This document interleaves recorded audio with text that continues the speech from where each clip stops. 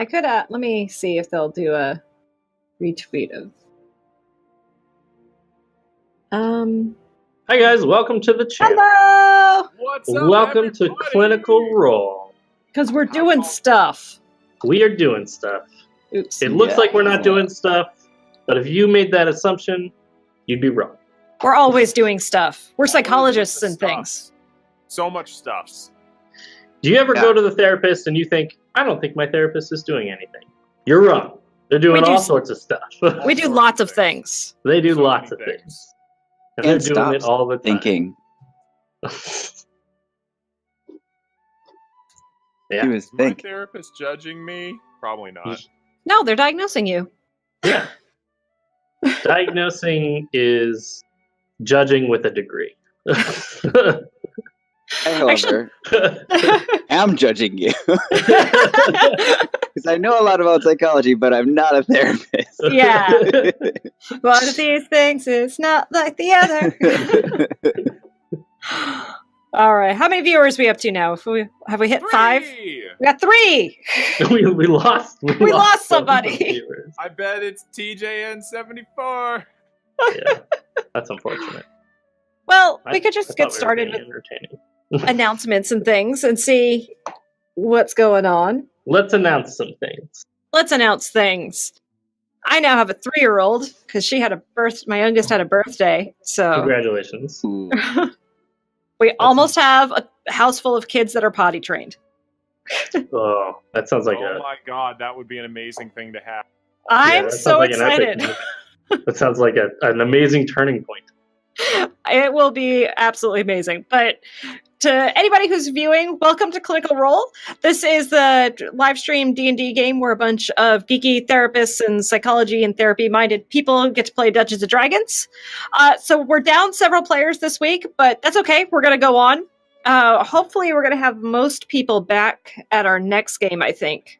So I think we only have 3 this game, but I think we might actually have 6 players next game. Yeah. So... Crazy double R players. Yes, it will be amazing. So enjoy all the individual attention and love today, guys. I demand and it constantly. a special welcome back to our guest Joe Lastly. So welcome back. Hey, it's great to be here. Yeah. What's up, Joe? So before we jump back into the game, plugs, announcements, anything like that. I'm going to be at Emerald City Comic Con on the 3rd, along with Adam Davis and Wilder Heath and Johnny Spangler, talking about how games can be good for you. So if you happen to be in Seattle and you happen to be going to Emerald City Comic Con, come hit us up. Come approach us after the panel. Chat with us. Tell us about how much you love Clinical Role. That would be amazing. I will also be at Emerald City Comic Con all 4 days, though I will be doing 2 panels on Sunday the 4th, one about being a professional geek, and we've got a great lineup of people for that one. We got actors, we got radio personalities, we got people from Wizards of the Coast, and then the second panel I'm doing that day is on cosplay and mental health. Oh, nice. Yeah, hemming and health, self-care and cosplay. Yep, so that's it. That's your announcement. This, we'll be there. Cool. The big announcement for Clinical Role, we have a panel at PAX East. All of us are going to be there. So, yeah.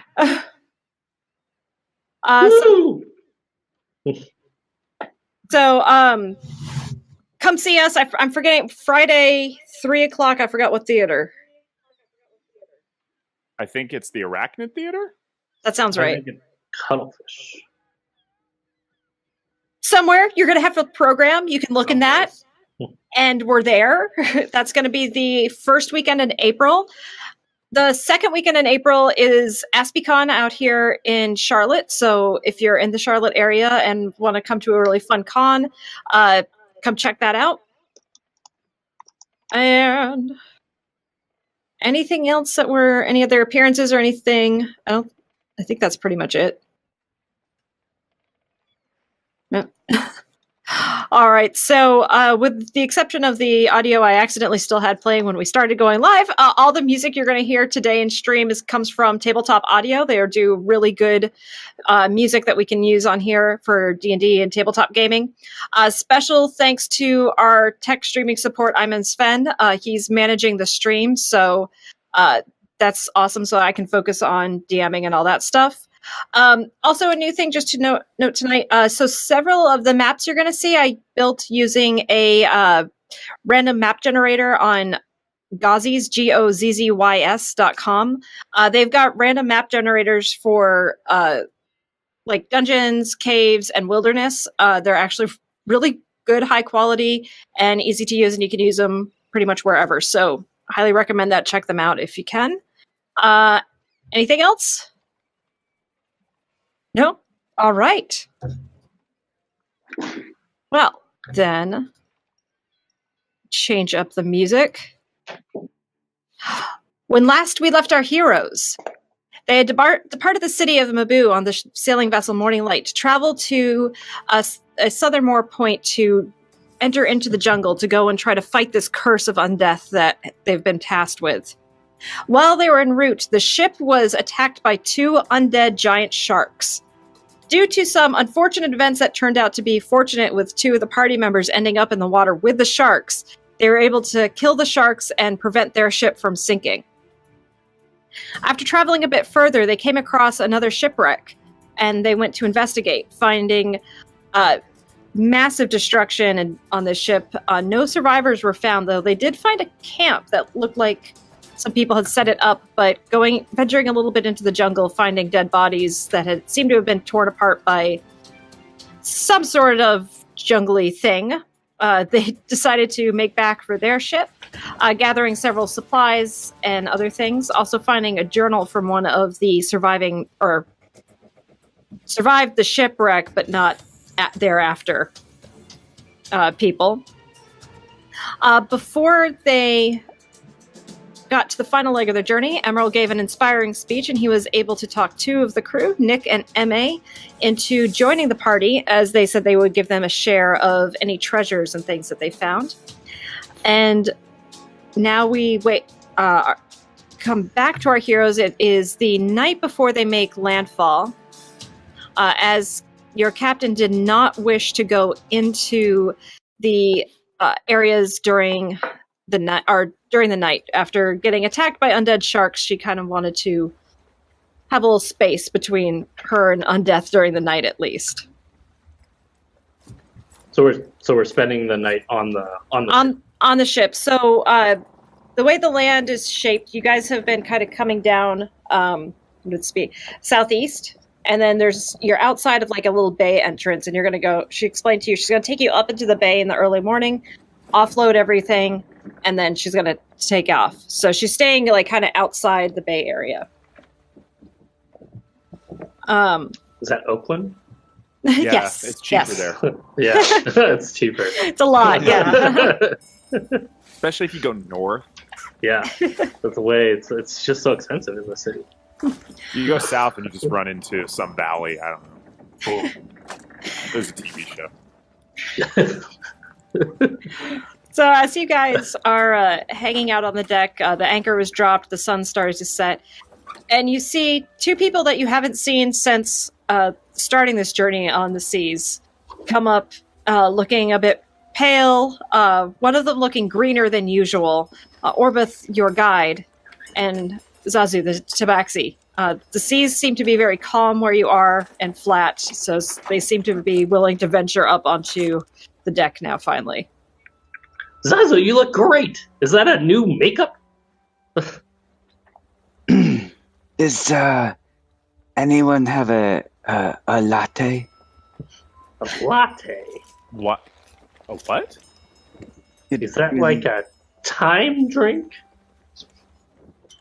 No idea what you're talking about, Xissou. Never mind. I'll be okay. Grindel kind of looks at us. I think he looks just fine. I don't know if it was possible, but his fur looks green. Right, like The whiskers nice are like view. unkempt, and like there's like bed head like on one side. As you Don't guys worry. are, We're gonna get off this ship right away. Well, I mean, for the night. We're gonna stay here for the night. Let's get off. By this right ship. away, I mean in the morning. Right away tomorrow. We'll be off the ship. Yeah, we need to get off and start exploring. We have a mission.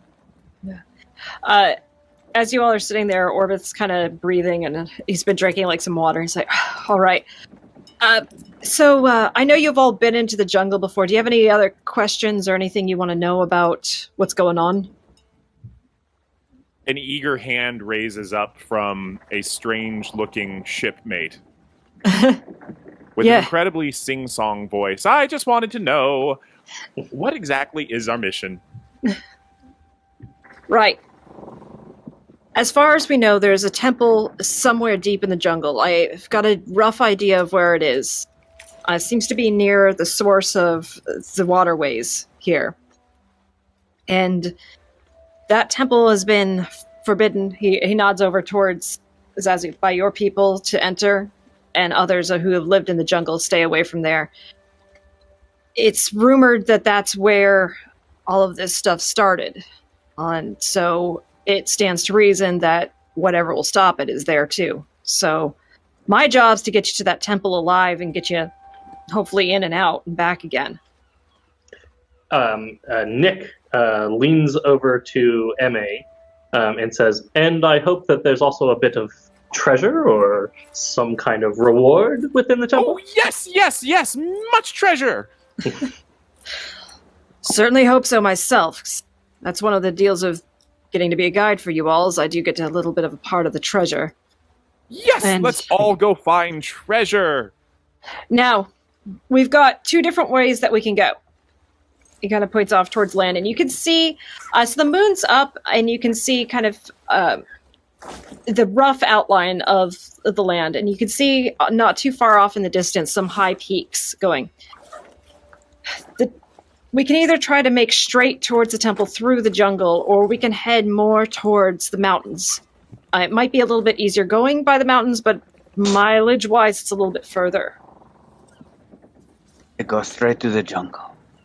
Hi, I'm good with the jungle. I like the jungle. It's got nice canopy. Well, the jungle would finally match Xissou's fur. Nick's gonna raise his hand and go, I don't suppose I could have a say in some of that? It sounds like the mountain pass is a bit safer. It could be. There's also the potential of gaining allies and a safe place to stay for a day or two there. The Aarakocra make their nests in their cities along there. Oh, bird people, wonderful. Yes. Well, I do like bird people. M.A. chimes in. Bird people! I've only heard about them in stories! My goodness! I imagine it'd be about... It really depends. I think if we go straight towards it, it will be rough going. It's not like there's a good road or anything where I'll be forging right through the center of the jungle. The land also, you should know, around the temple tends to be a bit swampish. So it might be a bit rough going towards the end as well. Baeridin's gonna grimace. He doesn't like swamps. I don't like swamps. They're always too deep. Well, I don't I know. feel I like think it could be kind of fun. I bet there's lots of things we can behead in the swamp. Yeah, I always wind Yes. up in over my head in the swamp. Don't worry, Baeridin. You'll grow here soon. Any day. Well, I do think of myself as being... I think I'm going to grow up to be a great tall dwarf. Yes, that would be great. You all look. You'll see M.A. just like vibrating with excitement. Oh! Save your energy. Right, so still want to go straight through the jungle? I got no problem one way or the other. Just want to be clear on which direction we're going to go. Want to waste no more time. Yes, I suppose. Straight through the jungle. Straight to the treasure, M.A. Yes. Yes, let's go through the jungle. Let's go through the jungle. All right. Any other questions, concerns? You two seem very excited. Immeral raises his hand. Yeah. Oh, I got two. You know what? I can guarantee mine has more relevance. I need extra treats to give to Hobbs on the trek. I don't know what kind of food they're going to have in the jungle. He might not like it. Well, okay, back to my previous statement regarding the relevance of question. Right. What sort of dangers can we expect to find in the jungle? Well, I suppose you ran into certain kinds of danger before.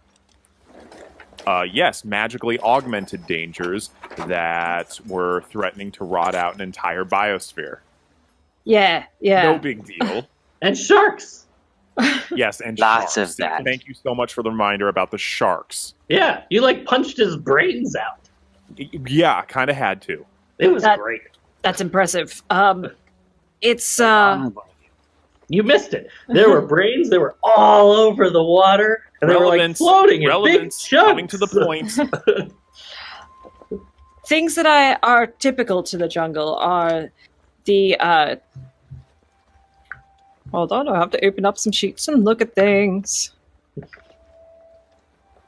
Meanwhile, there's M.A. vibrating with excitement. Welcome to the jungle. Welcome to the jungle. Welcome to the jungle. Welcome to the jungle. Yes! I wonder if they'll have some fun and games. Yes! Well, this is the Garalons. Those you have to watch out for. From what I understood from some of the other crew, some people spotted those on that shipwreck you all found the other day. What's a Garamond? What's a Garamond?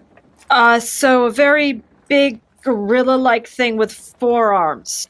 4 arms. Yeah, they're pretty bad. Yeah. There's the Cataman. It's a. I wish these things didn't exist. They shouldn't exist. To see them. It's basically like a predatory cat, but it's got snakes coming out of its shoulders and things, so it can Snake cat. bite you and give you venom, and it's terrible. And then there's the dinosaurs, of course. What's a dinosaur? Gigantic lizard things. We've got a couple down in the hold here that are going to be pack animals for us. So Those things are dinosaurs? Oh my goodness! I named them Tweedledum and Jenkins. Jenkins, that was the other one. Also, I'm really curious. Yes. How do the Garamond shop for gloves? Because it's gotta be hard when you have 4 arms. Well, Do you just get 2 different pairs? Or at that point, do you just give up and you say, I'm just gonna get 1 of each?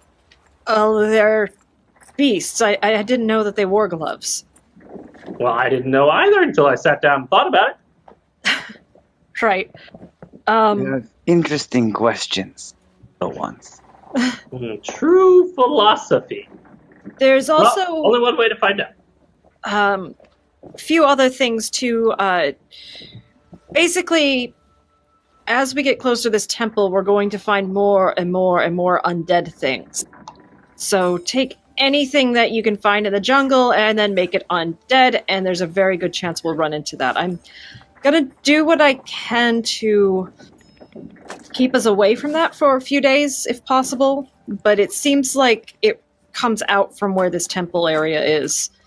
I've never made it all the way to the temple myself. I have gotten to the outer swamps, but I got chased off by a gigantic dinosaur that was vomiting, actually, corpses, so...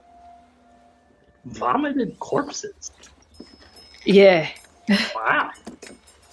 At this point, M.A. is just jumping up and down, wanting to go into the jungle just to see all the things that have been described because, oh my goodness, she's only heard stories about them and they're just amazing, and all the things that she wants to see and sing about and just tell everybody all about. When she gets back to the village, it's going to be an amazing thing, and Immeral is practically banging his head on the ship rail. Nick will be standing there putting a hand on Emmy's shoulder, trying to keep her a little rein. Keep him. Emmy's a guy. girl. At this point, she pulls out one of her swords and begins thrusting and parrying and just describing all the ways she is going to heroically save. M.A., now, let's calm down a little. Remember, a little bit of patience will do you well for something like this. This is good passion with this one. Good She will be passion very that's gonna handy. Get us all killed. Okay, Immeral asks, can we just proceed, please? Please. Certainly. If there's no other questions, then I'm going to sleep. I'm going to stay up here. I think that might suit me better so that I'm at least useful in the morning. You'd look over at Zazie. I would suggest you do the same. I think going back down below decks is not going to be good for our constitution. I like the night sky. Plus, then Hobbs can sleep up here. Yeah. What is Hobbs up to? Hobbs has been climbing around in most of the ships rigging and sailing. So he's kind of flying around and swinging around. Yeah, I imagine at this point his clipped wings have healed. Oh yeah. He can fully fly again. But he seems pretty attached to you. I'm assuming, is he on a leash most of the time, or is he off his leash now? I don't think Baeridin would use a leash. I think he would see it as like I guess in a city it kind of makes sense to some extent, but for the most part he wouldn't want to use a leash for Hobbs. Okay. He assumes that Hobbs understands him perfectly, whether or not that's actually true, and can't imagine any reason why Hobbs would need to be restrained. All right. So Hobbs is kind of playing around on the rigging and doing his thing. And then anything you guys want to fill Xissou in on previous events or anything, or would you like to proceed on? Carry on. Yeah, I mean, I guess that's most of it. Xissou, we found a journal. Yes. What did this journal say? From some guy in a tree. It is oddly not useful information for me. Immeral steps in. The Pelorians from Suncloud were here. That's all we really know at this point, that the Pelorians are on the hunt for the cult of Palor is on the hunt for the same thing we are. I don't trust them. I think that there's something going on with the whole thing. And I don't know much about these Palorian people, but I know that I don't trust the motives here. Long as they are killing very these insightful. Thank you. evil things.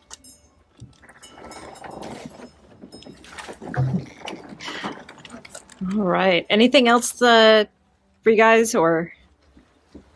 All right. So you sleep. You're roused very early as the sun is starting to crest on the ocean. You're brought. The captain steers you guys in. You're not actually going in under sail power. One of the things you noticed during the night before was all the sails were actually taken down and folded and stored, and the booms and things were swung in. And there's all these different lines of blocks and pulleys that are being put up, and there are some oars that the ship can use, and so it's using the oars to bring you guys up the bay in towards this beach. And the captain's actually able to get the ship, for how large it is, fairly close into the beach, where the water's only maybe 5 to 10 feet deep. And very quickly, as soon as they kind of get there, they drop an anchor off the bow and one off the stern, start unloading you guys, and they open up the big loading areas, and straps are lowered down and these ropes are lowered down, and they start pulling and hauling out the Triceratops that are in the cargo. Tweedledee or Jenkins? This one is Jenkins. Tweedledum. Let's go. Xissou is the first one off, straight for the shore. All right. All right. Yeah, so you sit down on the shore. Baeridin's going to ride on Tweedledum. All right. Baeridin and Hobbs are on Tweedledum down in the cargo area. As Jenkins is kind of taking it, they are able to use the booms to swing it out over the water and lower him down. And untie him. And pretty quickly, he just makes his way up onto the beach and goes right over towards the jungle, not into it, but stops and starts immediately pulling at some leaves and grass. Doesn't seem like he's been all that pleased with the hay and feed that has been on the ship.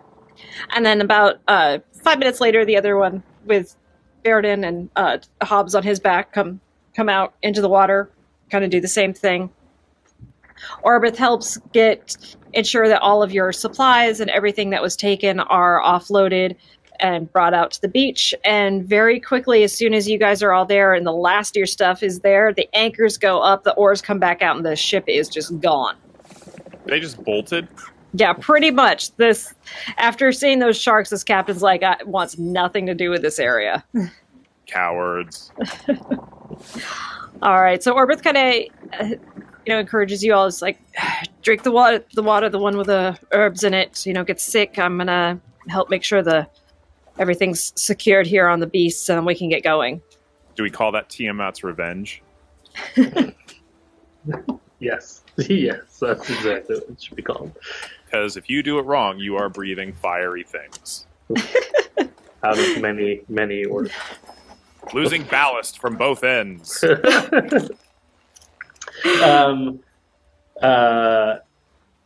Nick's actually going to turn to Immeral and he's going to say, the crew here seems a bit unstable, if I might. You sure they can handle themselves? That's always a good question with this crew. The instability that you're observing seems to be one of our strengths. Well, that's quite disturbing, actually. It just works. Don't ask. Very well. I shall hang back a bit. Hang back a bit. You just don't make myself useful where I can. There you go. There you go. All right. So about 45 minutes after you guys have made landfall, Orbith feels like he's got everything secured onto the Triceratops as good as he can. And he actually calls Baeridin over. Hey, you seem good with animals. I am good with animals. All right, one of these two is going to break the path for us. Which one do you think we can trust to not bolt if it sees something scary? I'm going to look up Tweedledum and Jenkins, look them up and down. Is there one that seems obviously a little less skittish? Go ahead, give me a nature check. Or animal handling, animal handling check. And I'll let you have advantage since you've presumably been playing with them and hanging out with them. Oh, glad I have advantage then. Oh, so sad. There you go.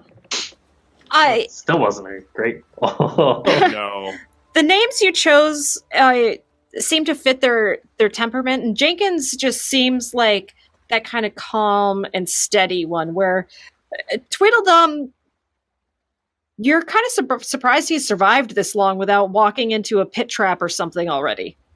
He's just not paying a lot of attention. Yeah. Does Jenkins all of a sudden just take off screaming into the forest? Baeridin will look them both over and kind of clap in each of their faces and go, Jenkins totally the better one. Tweedledum barely knows where he is most of the time.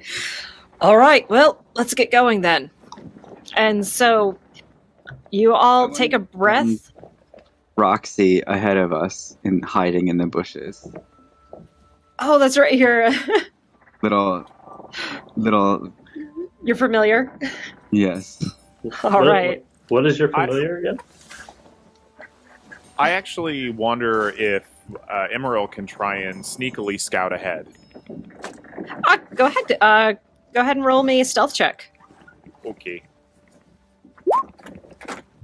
Yeah. Wow, easily enough. Basically, just like disappear and and start heading off into the jungle. Give me a perception check.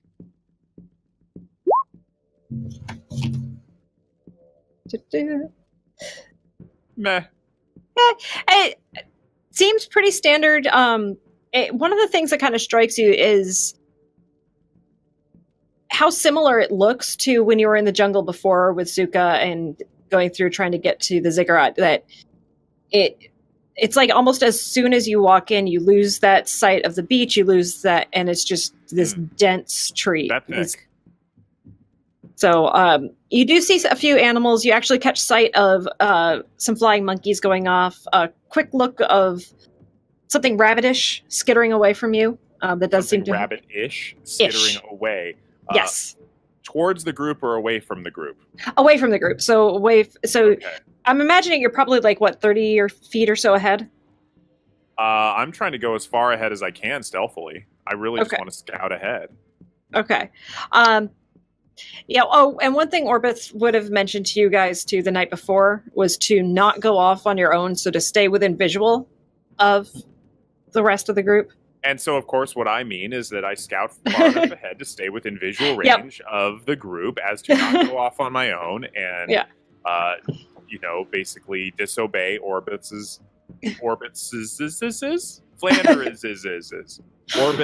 rules as Orbith is the guide. Yes.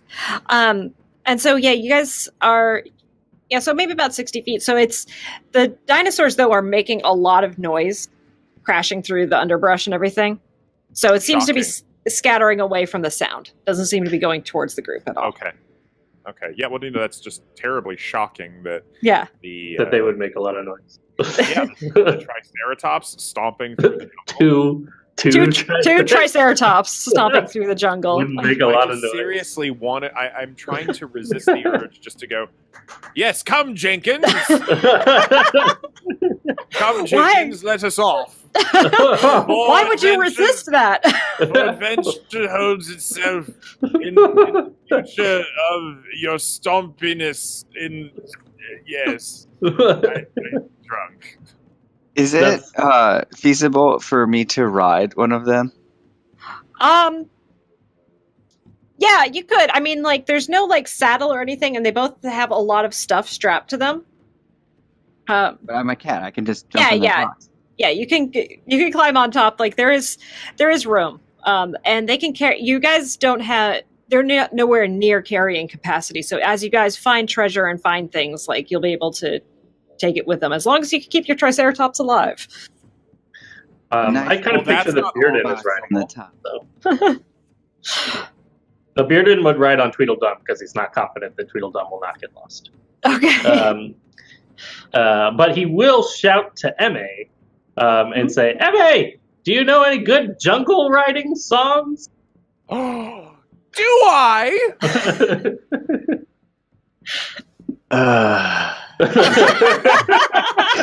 He just kind of rolls his eyes, and then I'm just gonna trance into perceiving through Roxy. Okay. While I'm sitting in this cardboard box. So that you don't have to listen to this. Roxy is far enough away. You did not specify what instruments MA plays. I actually have it. Hold on. What do you got? Because I made these in D&D Tiffany Beyond, drums. but then I can't import them over. A lute! Yes. Yes! Okay, so, MA pulls out the lute, actually runs and jumps atop Tweedledum. It's very majestic. Yeah. And with Baeridin's one clapping. hand to the sky, strums the lute mightily. Yes. Hey! Riding through the jungle, we go on and on today. She begins. Baeridin's clapping and trying to sing along, although I imagine he doesn't know the lyrics because he spent most of his life living in forest. In fairness, I don't know the lyrics either, so... It's okay. Yay! But Emma continues to sing loudly. Yeah. Okay. Lute, pan flute, drums, and I had one more. She gets one more too. Bagpipe. Voice counted as one. Oh no, Schwarm. Sorry, Schwarm. I'm sorry, what? Schwarm. Isn't that the Yes. spinny meat cone that the Avengers got at the end of the movie? Yes. Shawarma? Shawarma. Yeah, sure. Shawarma. Shawarma. It's the female version of Oh, excuse me. I didn't realize Schwarm was the masculine It's pronunciation. the masculine. Shawarma like the feminine. Yeah. is my daughter's name. I don't know. It's actually it's the higher octave version of the Schwarm. Got it. Schwarm, yeah. Schwarm. Okay. I don't know what the Schwarm is, aside, again, from a spinning meat cone that is apparently masculine. Oh, God. If there's not a phrase somewhere in that. You just called the spinning meat cone masculine. I'm just saying. Yeah, no, there's definitely a phrasing in there. Anywho, so you guys start to make your way through the jungle. One of the things you guys note too is Ignore that okay. It does seem to be sorry, I'm trying to also copy something over for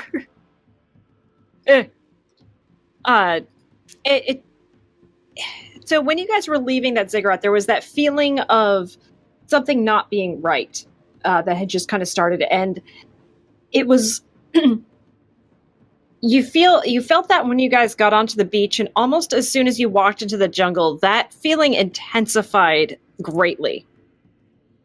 God, ignore that too. Sorry, that's my stats here. And so it's just, you hear noises and you hear the sounds of the jungle, and this stands out specifically for you that it doesn't sound quite right. It's a little quieter than it should be. I mean, there's still, the teeming life, the buzzing of insects and things, but you kind of get that creepy feeling that something's just not quite right. Nick's definitely on edge. He's like not really listening to any of the music. He's walking alongside everything, but it makes him feel super uneasy. Roxy's good at like being very at home in the jungle, kind of like range far and come back, especially because I can still just perceive at distance, and come up next to Immeral, just kind of like poke her head out of the bushes right next to Immeral. Oh, I'm sorry. And then, can you see Immeral? Roxy can. Yeah. I'm sorry, sir. You can beat a 26 stealth. No, you want me beat to a 26 stealth? You want to roll? Do you want me to roll for it, or do I have insider knowledge? I'm going to continue to be obstinate here. All right, hold on. Immeral is practically invisible. All right, if you look in your journal, you've got the Velociraptor. I put all of her attacks and stuff, though, as one thing rather than... Sorry, that's why I was slightly distracted. I just entered the Velociraptor stats. Oh, thank you. I mean, yes. So, do I have keen senses or anything? I put all the things in one. I copied and pasted everything over. I'm looking at the other one. You have +3 to perception. Yes, I do. All right, so but you don't have scent or anything. No, that's too bad.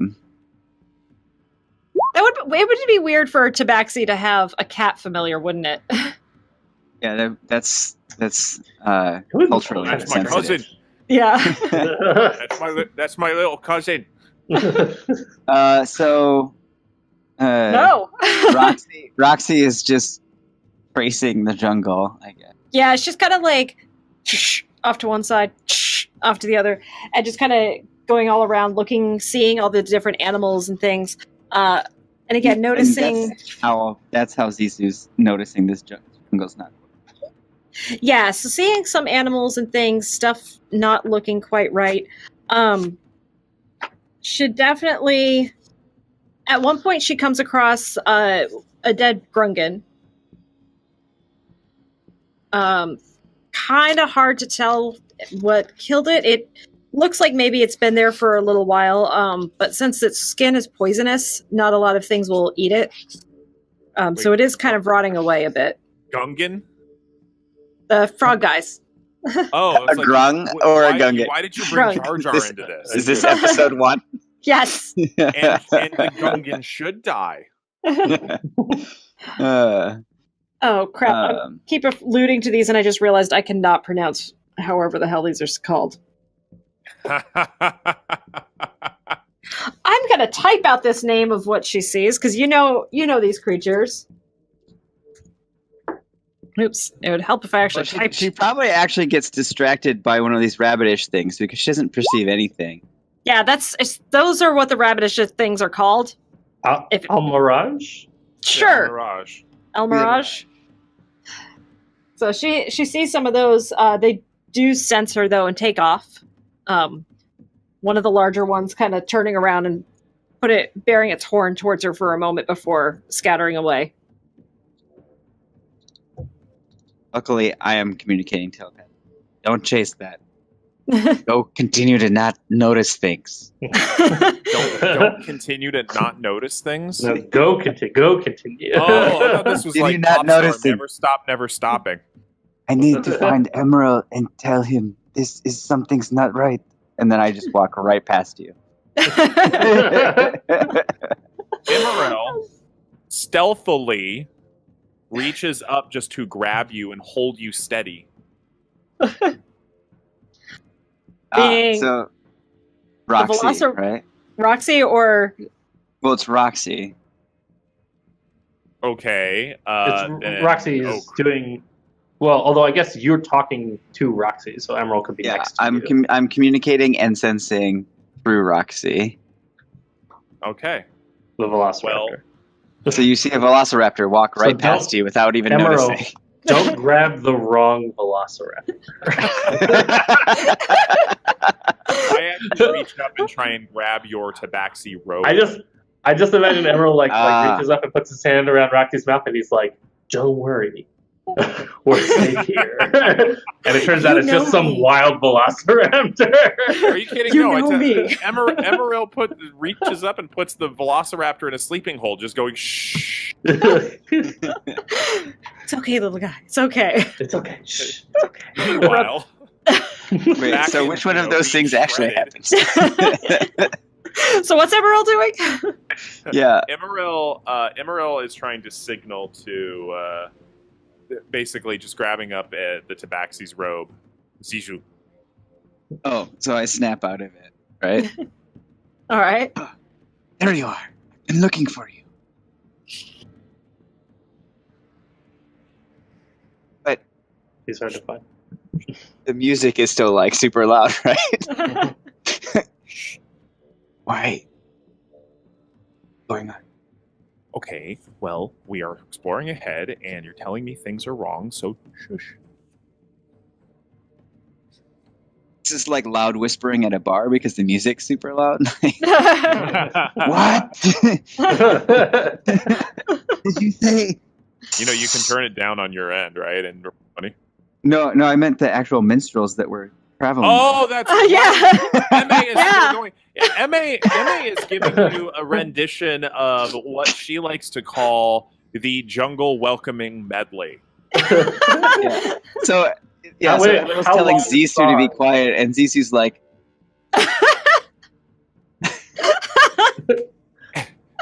and in the distance, you all hear shrieking out, and then the dragon comes. Or basically, it turns. Would you stop that? I know we're not quiet, but really, we do need to hear if something else is approaching. Baeridin looks He will tell us. MA just looks perplexed. I'm sorry. I thought you all wanted to have music and be singing and to have a jaunty song with an adventure. And as we drive into the jungle even further, and we find our adversaries and conquer our adversaries, and then bring our adversaries back on a plate. I'm told. I think I read something about that once in a book. I don't know. Emmy, I am so happy we will defeat our adversaries together. They must be defeated. Quiet. And your wonderful music playing is teaching me so much about your culture. But maybe we need to be more safe now. Well, isn't music safe? No, quiet is safe, I believe. So, You know, I may not understand how to order a beer in the tavern, but in the jungle, I understand how to stay out of danger. Immeral hears this debate going on, or at least sees the debate going on, Yeah, I would say so. Your passive perception's high enough, so. Okay, you know what? Are there any rocks around me? Small pebbles? Oh, yeah. Yeah, there's tons of that. Immeral picks up a small pebble and hurls it at the loot. Oh, no. Go ahead and make an attack roll. No, Okay. the poor loot. Oh, the musician Straight- for me. Even before just- you make the attack roll, the musician in me is like heartbroken at the possibility. You just want me to make a straight dex roll on this one? Yeah. Okay.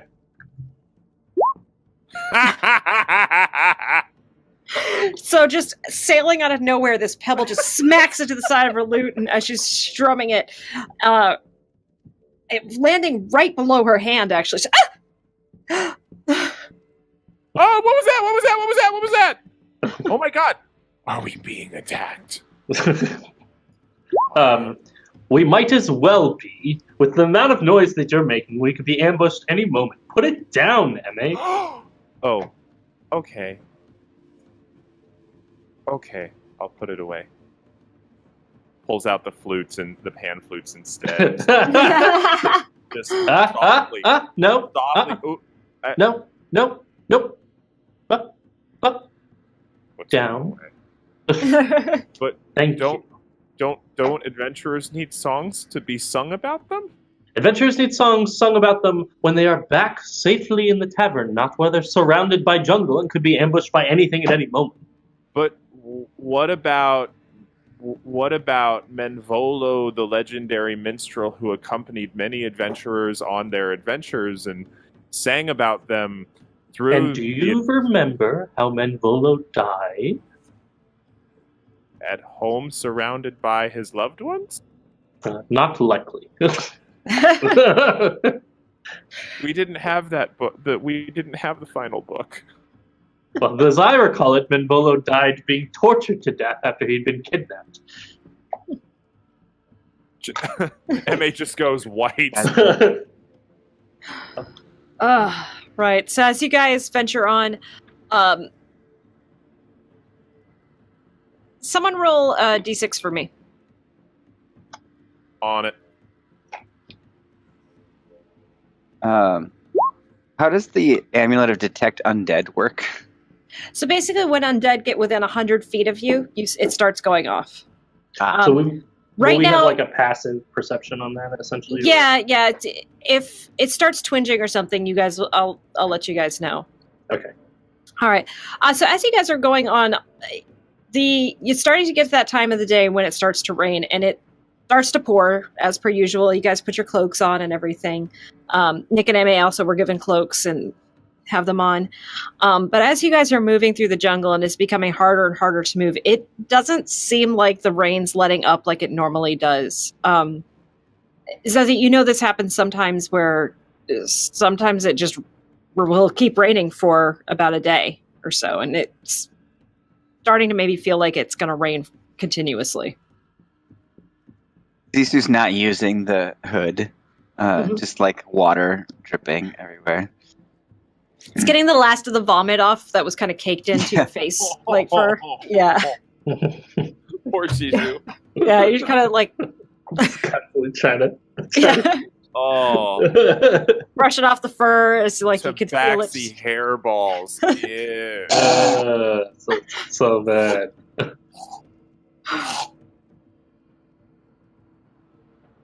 Yeah, that just stopped everything dead. All right. Yeah. Good to And know. we're done.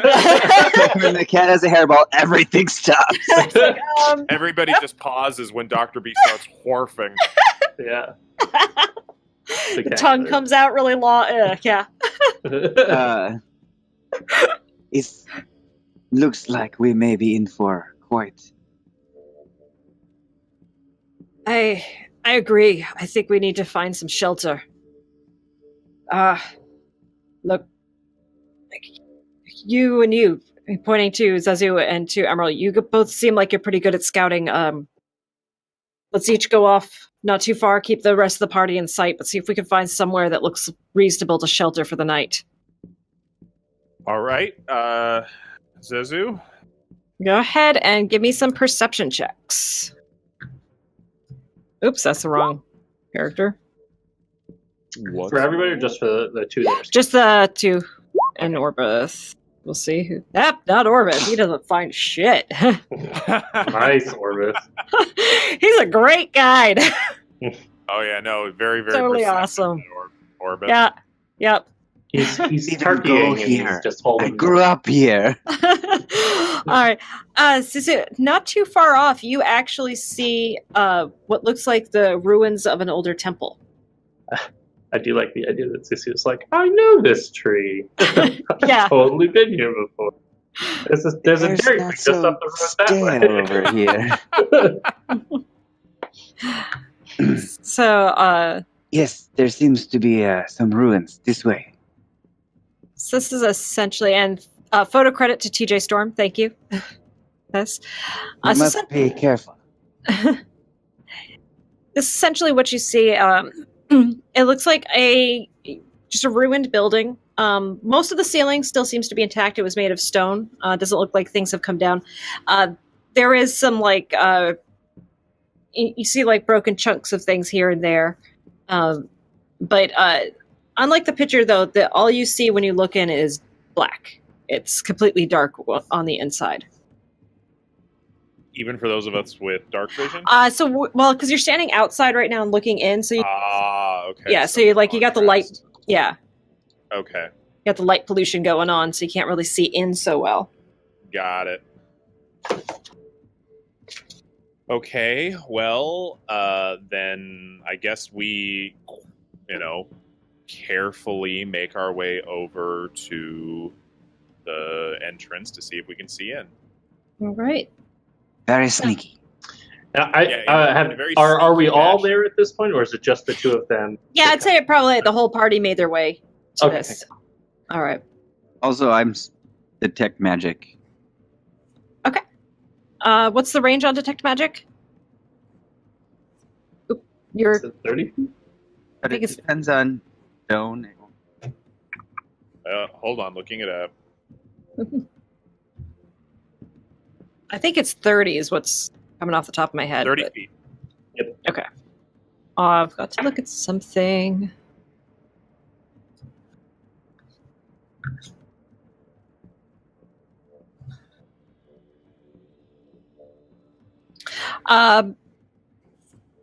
No, from where you are, you don't detect anything magical. Just since that's just kind of an ongoing thing, just let me know. Yep. Okay. Yeah. So are you guys going to stealth inside? Yep. All right. Gragnold will. I'll keep an eye on things out here. I'm not the sneakiest of folks. I believe Roxy Greg, was don't bragging. let Tweedledum run off. I've got him. I've Guy got would him. get lost in his own backyard. I think so. It's a special one, this one. Ugh, special's a good way to put it. Just- All right. If there's anything M.A. bad in there, remember, take off their heads. MA pulls out the pan flute and tries to give an ominous whistle sound as people try and sneak off. All right. Go ahead and give me stealth checks, everybody. I think I'm going to shapeshift into something. God, it's a terrible roll. There you go, Xissou. Nice. There you go. Yeah. I'm going to shapeshift into. You know what? I'll just go direwolf. It's a good. Okay. It's a good classic. Yeah. And I have a token for you now as a direwolf, so yay! Yay! All right. And are Nick and MA coming with you guys, or are you going to leave them? MA is continuing to try and, basically give mood music to sneaking using the lower register of the pan flute. Okay. Because MA believes the lower register sounds more ominous. Is she inspiring people, or is she just badly stealthing? No, she's just trying to act all inspirational from a distance because MA's not that dumb to realize that that going with them is a bad idea if they're trying to be all stealthy. All right. I mean, she's not the brightest, but she's not that bad. Right. There's not bright, and then there's just dumb. Yeah. I think Nick would come along because he's pretty stealthy anyway. All right. Apparently, he's Well, not very stealthy. He's not stealthy in this, apparently. Oh my That's god. her. Yeah, good. she's got Way average. to pull your weight, Nick. All right. So as you guys kind of come across this building, seems quite large, actually. As you get into it, we move you over inside. And so the inside of this temple, it's very sparsely furnished. You actually do see at the far end, there's a table with some things scattered on it. And you see these two statues standing next to the altar of flying monkeys, but they're human-sized. Human-sized flying monkeys? Statues. Are they the same kind of flying monkeys as like Hobbs? Yeah, like Hobbs, but if Hobbs was the size, was about like 5'4", 5'5". Yeah. Human monkeys. Symbolic. Oops, I'm on the wrong thing. Human monkeys. One thing that strikes you guys as soon as you walk in, though, is this stench of death. And not too far in, you actually do see a dead body on the floor. Okay, then we need to figure out what exactly is going on with this. What do we... I proceed to look around for traps. Okay, go ahead and give me a perception check. Okay, so we'll go with your passive. So I believe that, yeah, that's higher. 16, yeah. Yeah, 16. You don't see anything like tripwire-y or like pressure plates or anything like that. Most of what is in here seems to mostly have crumbled away. As you're kind of walking through, I'm guessing you're walking kind of towards the body? In a sort of corkscrew fashion. I want to give it a little bit of a wide berth because I'm assuming that walking directly to it is a problem. Okay. Is the Actually, body sorry. like a statue? There we go. Around the wall. I just put the... okay. There's the body, Yeah. and I'll put the statues... Sorry. I made this map, like, in the last hour before the game, so... Okay. Oh, I see. Okay. Okay. Yep, so that's- commanded Roxy to hide. Okay. So Roxy's hiding? And before shapeshifting, Baeridin would have told Hobbs to wait with the Triceratops. Okay. So as you guys come in, corkscrewing through towards the body, not really seeing anything. Is everybody kind of following Immeral? Like, what's everyone else doing? Xissou's gonna hug the wall. Okay. Which wall? The right. Okay. Yeah, I think Baeridin will stay with Xissou. Okay. So... Put him on the map. Yep, you guys can put yourselves on the map. And don't forget Nick, since Nick's there too. So as you get more towards the altar, Xissou, you do start to feel a little bit of magical energy coming from the direction of the altar. You can't quite tell exactly what it is, but something over there. And also of note, behind the altar, there is a circle that's got this sort of maze-like symbol in the middle of it. Just Xissou sees that? No, you all see that. Do any Do of us we recognize it? Xissou, you definitely do. And Immeral, go ahead and you can give me a history check. It looks a little familiar, like you maybe saw it recently, but you can't quite place it. Xissou, you know this. This is the religion of the god that was believed to have created Gaul, the peninsula that you guys are on. The worship of this god kind of fell out of favor, though, after the death curse came, but there's lots of these temples kind of scattered around, and some people still worship him. I'm just gonna move close enough just so that Detect Magic will tell me what school of magic is on the altar. Oh, of course you're going to ask that. Hold on. School of We Die. Yeah. I just want to make sure. I think... I guess necro. Necromantic now. You found the undead. We did it. Good job, Xissou. Yeah, transmutation. Ooh. Is it the altar itself or something on the altar? The statues? You can't quite tell. You'd probably have to get up a lot closer. Well, how long does detect magic last? Is it a minute or is it 10. As 10? an eldritch- I have it as an eldritch invocation. Ew, so you could just keep... Oh, geez. You just have it. You just, You can spam detect it. magic. I I'm can just seeing see magic everywhere. Magic everywhere. I look at the dire wolf and I'm Oh, like, and I should also say, too, that the dire wolf wearing a hoodie is emulating some magic. yes. And Emerald's, as are Emerald's gloves and his vest. So... Oh yeah, my vest. What the hell is my vest? It's a vest of fancy. It's a fancy vest of fancy. Yeah. Who's got the fancy vest? Emerald's got the All right. So what are you guys doing? Oh, And God. Nick's going to lean close to Emerald looking at the body, and he's going to say, because he got a 1 on his stealth check, he's going to say, a little bit too loud. What do you think killed him?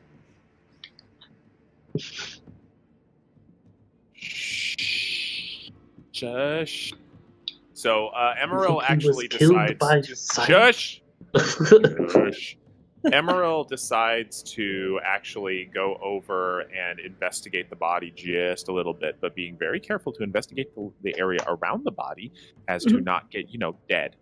Okay. Go ahead and just so you're looking more around the body, or you're trying to perceive the body but not touch the body? Well, I'm trying to perceive what's around the body first Okay. before I actually investigate the body. Okay, go ahead and give me a perception. Jesus Christ. Doesn't seem to be any different than the rest of the Oh, floor. it's safe! It's totally It fine. is the safest thing. I am going to go over and I am going to poke the body. Give me a medicine check. Oh, Jesus Christ. Yeah, the thing I'm not skilled at. Screw you, medicine. So it's kind of hard to tell exactly what killed this body because it looks like it's probably 'Cause I been don't here. know what I'm doing. You don't know what you're doing, number one, and it looks like it's been here for a few days. Definitely, some things have been munching on it. Doesn't look like anything huge, so that's good. But more like rat-sized type animals and things like Great. that. But it is like also being this close to it. It is just stinky and disgusting and like just. Oh, lovely. Oh. Is it a human body? It is a human. Yeah, oh, it's a human body. Okay, or at least it was at one point. It was at one point. Okay, is there anything worth noting on the body? So you would like to loot the body. Yeah, Nick's going to See, say, this like, sounds so what disrespectful could when he you have been say it doing that here in way. the middle of nowhere? We'll just say I'm looking for something useful that could tell us something about it, and if it happens to be magical, we'll just call that good. Okay. So you start looking around, searching through his pockets. You see in his hand are a couple of uncut gem in his hand, and in his pocket you can keep that. Yoink! And in he's got a coin purse. It's got about 15 silver and 7 copper in it. He also yoink. Anybody ever play Elder Scrolls Morrowind? Mm-mm.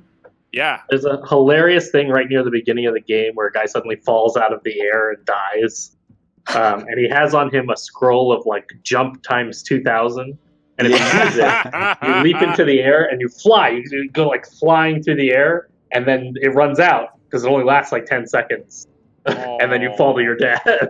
and you hilariously put it all together after falling to your own death, where you're like, oh, that's why you fell from the sky. Oh my god! It's That's super good. awesome. This is just super reminding me of that. Like, I wouldn't be surprised if you're like, I found this magical thing that let's try and activate. Oh no, I died. Yeah, it's the boots of wind walking, and one of them just moves faster than the other. Yeah. So you get to end up. No. Yeah, One you- stays still, the other one goes ahead. Oh God! Yeah. Yeah, that's. Yeah, I was playing Skyrim once, and I came out of a dungeon, and the first thing I see is a giant fall out of the sky, and then the It's dragon not- came it's and landed on top of it. But Yeah, it's never a good sign. There's no part of Yeah, that that's it's ever a good sign. I came out, I was like, "Oh, fast travel back to Whiterun now." Right. Thank goodness for Cannot, fast there are travel. enemies nearby. Anywho, so yeah, that's about all that seems to be on the body. The clothing doesn't seem to be too descriptive, anything particular. And no like outward signs of like any regiment or anything like this. Okay. Can I use Mage Hand to take something off of the altar? Okay. Oh So my god. Do I see this? are you trying to be sneaky about your mage hand? Yeah. Oh, you bastard! Stealth and perception. You bastard! Or actually sleight of hand. Sorry, sleight of hand. Not because I don't want Immeral to see, but just because I'm being super about everything. Yeah. Right. Yeah, beat a 20. That makes Beat a sense. 20. So sleight of hand. Oh wait, sleight of hand. That's Don't beat a 20. I gotta dive out of the way of this. Oh, good. no. All right. So you see Xissou casting his mage hand, and it goes up and it starts to pick up on the as you guys have gotten closer, you can see on the altar it's like a scattering of different things. Some of them seem to be like out of the way and hit the floor. all right. Some of them seem to be like flowers, things like that. There's also the coins and different trinkets and things of value. So which thing would the mage hand go to pick up? Is there anything that looks like a carved trinket or statuette or a book or scroll or something? Yeah, there's like a small like frog statue. Oops, your audio just cut out. Oh, sorry. Can you hear me now? Yep. Yeah. All right. So, yeah, I'm going to just kind of like just pick it up and just hold it for a second and see what happens. And very carefully, like, hopefully it doesn't trigger anything. Yeah, Indiana Jones it. Yeah. Right. Yeah. So as you go to start to pick this up, Immeral, you are like, no! And then Dive- nothing happens. As the mage hand picks this up, you notice the two statues to either side starting to shift. I put it back. Do you whistle nonchalantly too? As soon as the thing hits the hits the table, the statues stop moving. Did you see that? Did you see that? I don't know. Did we see that? I would assume you guys were kind of, especially with how bad his sleight of hand was in your perception. Yeah, you saw that. I think they are transmuted. Are there any pieces of pebble around me? Yeah. There's like little scattered rocks and things. Yeah, I throw a small one at Xissou and just grunt dummy. Go ahead, get him an attack roll with just straight dex. From behind. All right, so doesn't quite hit him. So, but Xissou, this pebble scuttles by your feet. Dummy! What do you think this is? It's cursed is what it is. So how about we try and figure out, we get people who actually know magic to, figure out what the curse is, and then we don't die. I will try and figure out this curse then. Yeah, doesn't he know magic? He was just casting a magical spell. Yeah, he'd like to think he knows magic, but he almost killed us.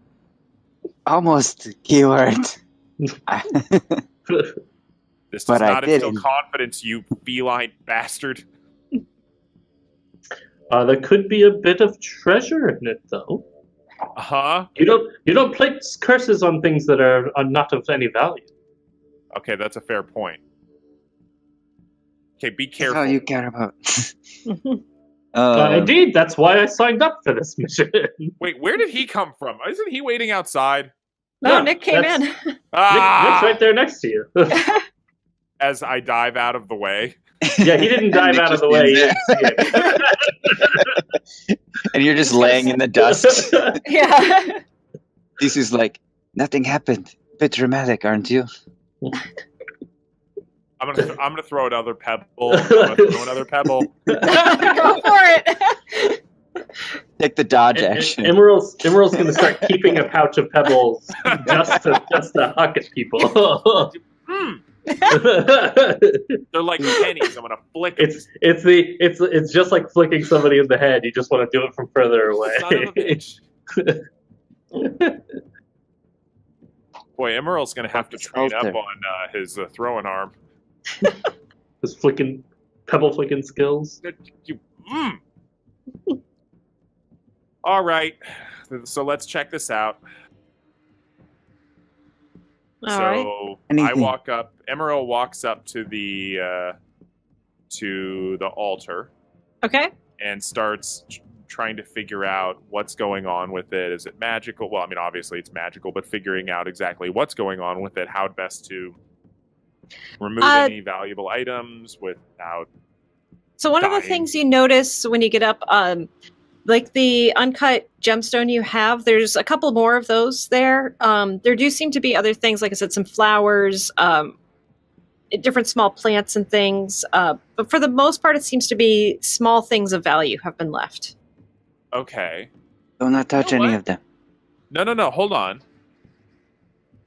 Let's back up a moment.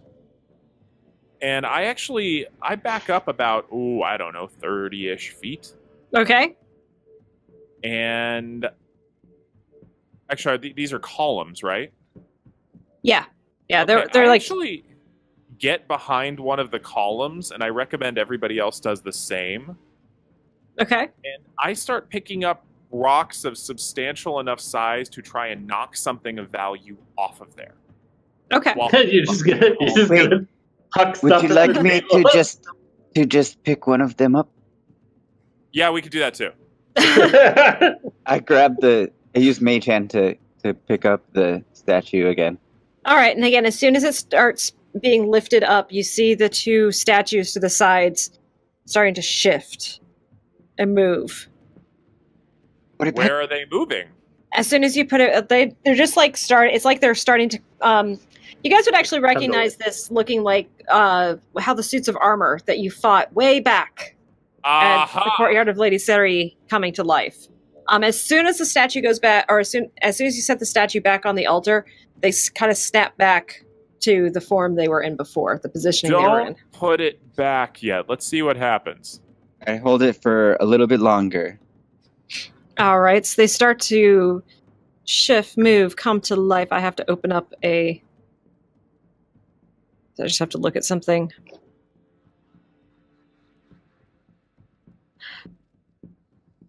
All right. How long are you going to keep it up for? Well, it depends what they do. All right. If they- No more than 4 hours. Depends on. All right. So, are you just kind of keeping it hovering above the table, or are you going to start bringing it towards you? Or I'm gonna move it actually towards the dead body. okay. So as you bring it up and come out, let me just something here.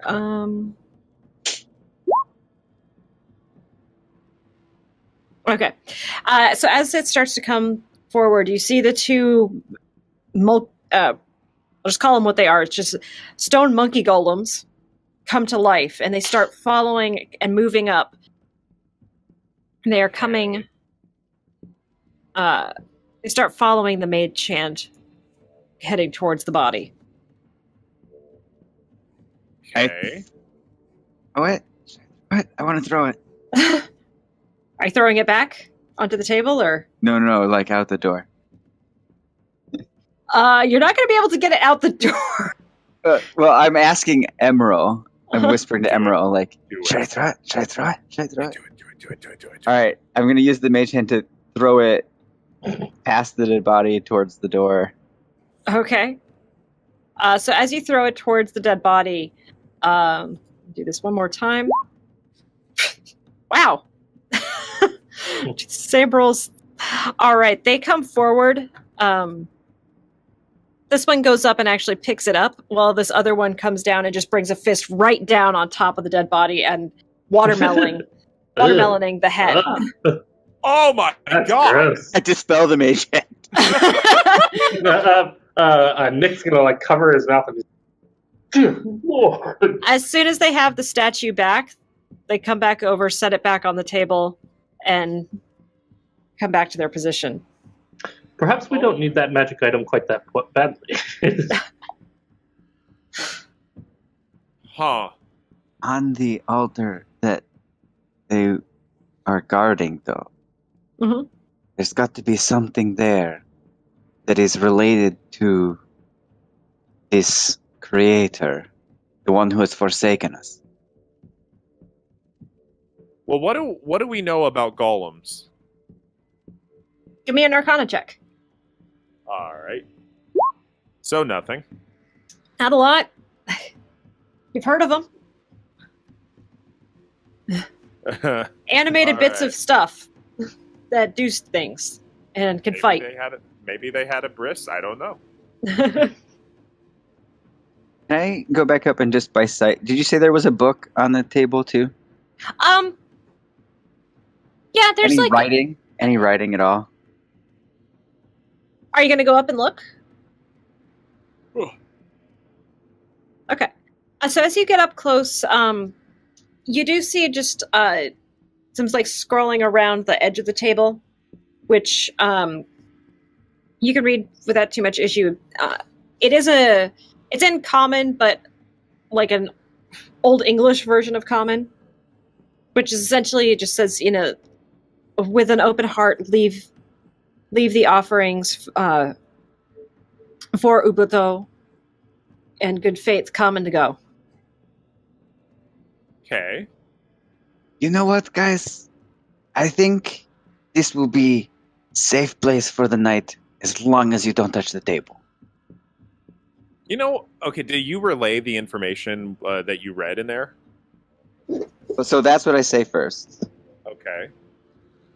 I actually I'm going to try giving an offering. Okay. What are you going to leave behind? Well, how valuable do I think this uncut gem is worth? Or You how much- probably figure it's maybe 10 gold. Okay. So I'm going to take this, and I am going to... Do you think it'll be worth more if it's cut? It would need to be cut. If it was cut, it would. It's kind of hard to say. It would depend on the quality of the cut, but looking at it, I mean, you're not 15, 20 gold maybe if it's cut, but 10 raw. So. Okay. You know what? I'm going to take my 1 10 GP cut gem. Okay. I'll leave it on the table. All right. As you set this down on the table, you see a little bit of a glow kind of happen from both the guardians and the glyph or the symbol behind the altar. And you feel like this wash come over you, and you are given a charm. I am given a charm? Yes. How fantastic! What charm am I given? I'm going to type it to you really quickly. Yeah, you are. What's up, alley kitties? Kidsies, alley kid? I'm gonna mispronounce it. Just so many consonants. Ali Kitzy. Alley kitsy.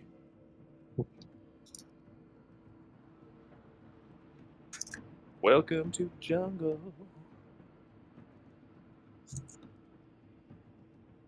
And I misspelled the last word, but Yeah, you did. I don't know.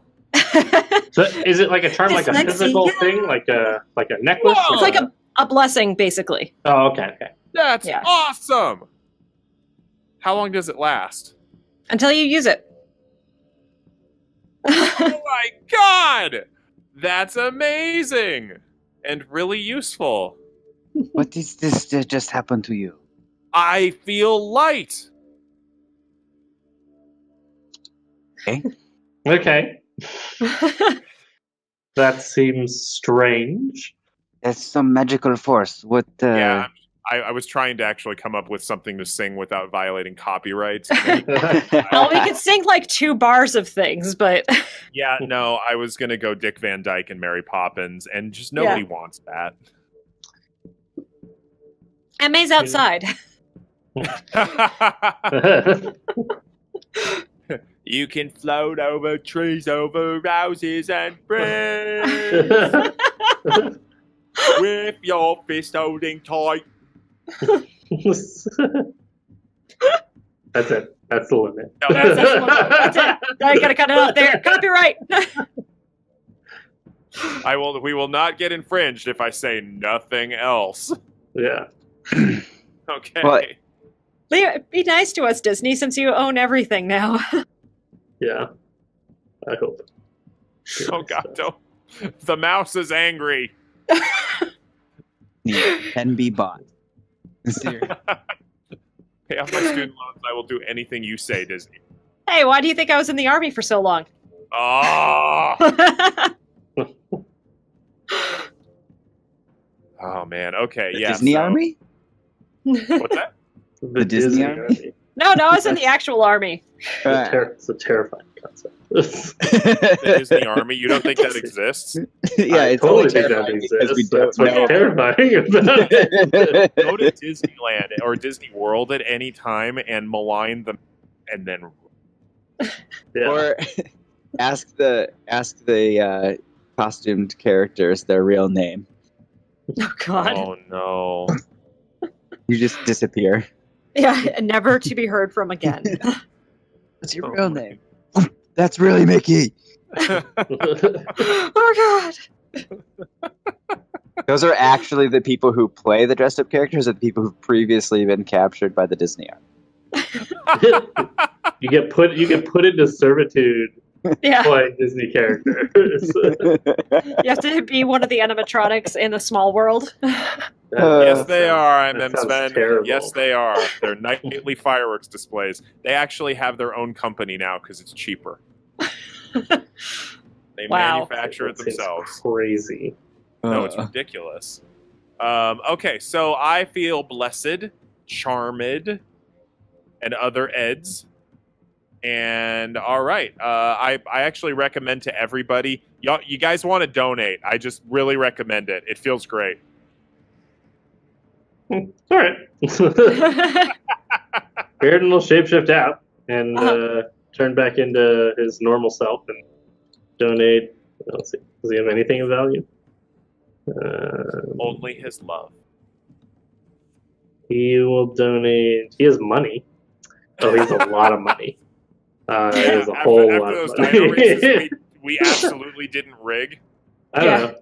10 gold, I guess. Okay. So as you place the 10 gold down, you also experience this where you kind of see this flash of light from the 2 monkey golems and from the symbol behind the altar. And you feel this blessing, this charmed blessing come upon you. Cool. Xissou kind of like scoffs at the picture on the wall and walks over to the dead body and kind of like starts like straightening out the body's like clothes and closing the eyes. Well, there's There's a no melon eyes. head. There's actually just a melon head. It's It kind of was- like sweeping up like, pieces. I mean, like, and it smells They're so- there now. You're okay. Yeah, The like- ocular cavities are like milkshakes at this point. Oh, God. Who's the dude with the so watermelons that smash it? Gallagher. Gallagher. Yeah. Yeah. Yeah. Yeah, Oh god. Oh god. it's the sledge-o-matic. Dear Lord. That's terrible. All right. Or other non-trademark things. It's the smash-up thingy.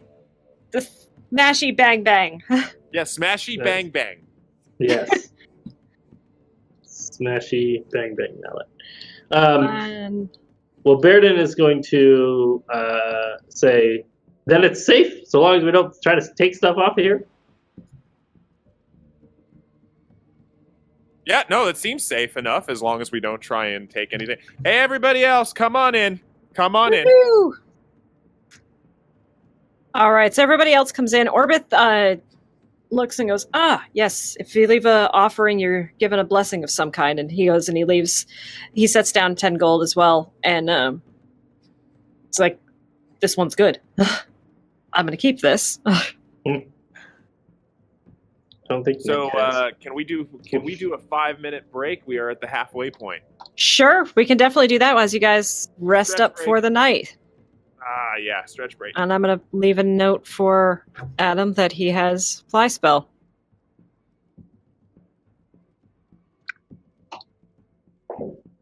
La la la. Xissou's not going to do it. Okay. Xissou is a cheap bastard. No, Xissou keeps calling this creator the he forsaken us, and he's thinks he's all that. Yeah, but Jesus doesn't want blessings from some nobody. Monkey god. Some So great. monkey god. No, we used to worship you, and then you left Why have us. you forsaken You left us. God, Oh, now Nick. I really haven't gotten enough sleep. Everything is a song in my head. I just went into not only Chop Suey, but the Richard Cheese lounge version of Chop Suey in my I don't think I've excellent. heard that. head. Oh, it's great. Spectacular. I love Richard Cheese's stuff. It's so awesome. Richard Cheese and Lounge Against the Machine was one of the best concerts I ever went to. Oh yeah. They came out to Seattle, and it was a smaller venue. He comes out in his tiger stripe tuxedo with a bubble machine and starts doing a lounge version of the SpongeBob SquarePants theme song, and then goes into a grunge medley. That's spectacular. That's awesome. It was wonderful. All right, guys, I'm going to pop off for just a sec so I can go pee and Yeah, get some water. So I'll be right Quick back. break. yeah. I'm gonna go stretch and get a drink as well. On Facebook. Well, I mean, it was oh my freaking god! Are you kidding me? The Squirrel Nut Zippers are gonna be at the Triple Door in Seattle on March 14th. I don't know what that means. Yeah, I don't know that. Okay. I don't know if we're back or not.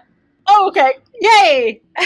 We're back. As we're back live, Dr. As B is I telling start- us about... Flipping out. Oh my freaking Are you god. fangirling? Oh, I'm total. Okay, that was the single greatest concert I have ever been to. And they're coming back to Seattle. So I'm very excited. Somebody just sent me that. I've got to mark that. Interested. Yes. Oh my god. Oh my god. That's cool. I got to figure out a way to go to that. I'm going to have to do a Seattle trip here. Oh no, come out to Seattle. Okay, well, actually, you have the opportunity to see them. They're a North Carolina band. Oh, are they? Yeah. Cool. Well, I'll Yeah. have to... Send me information and I'll go see them. Oh god, they're so good. They're so good live. All So right. Amazing. So let's bring it back to... Bringing it back. Bringing it back. Bring it back. Bring it back. And Teacher and Gamer has joined us. Teacher Gamer! What's up? Okay, so Teacher Gamer, what you missed an amazing John Woo-esque explosion fest. It's like John Woo and Michael Bay had a baby.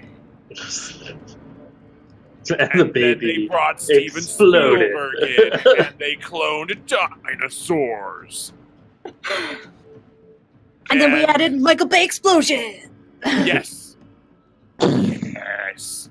Boom, boom, boom, boom. In a world. God. That's always one of my favorite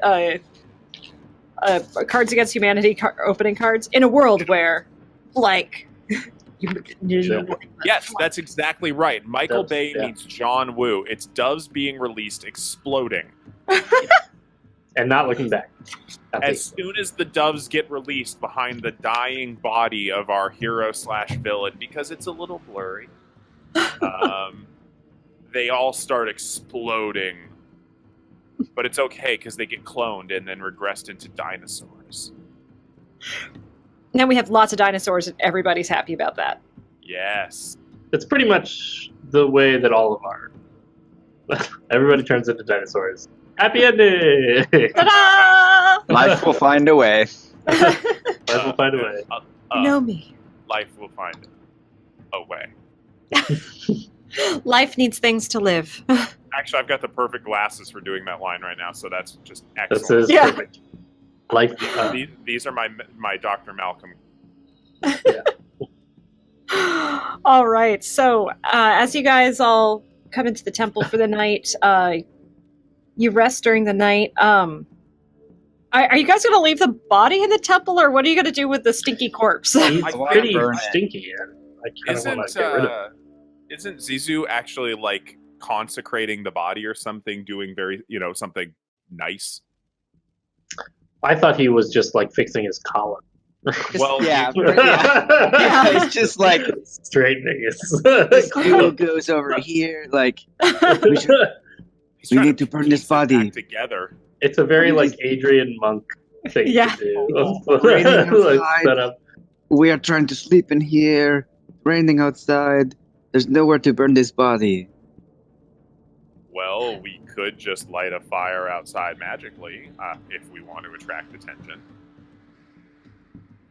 Do we want to do that? I'm No! capable of doing that.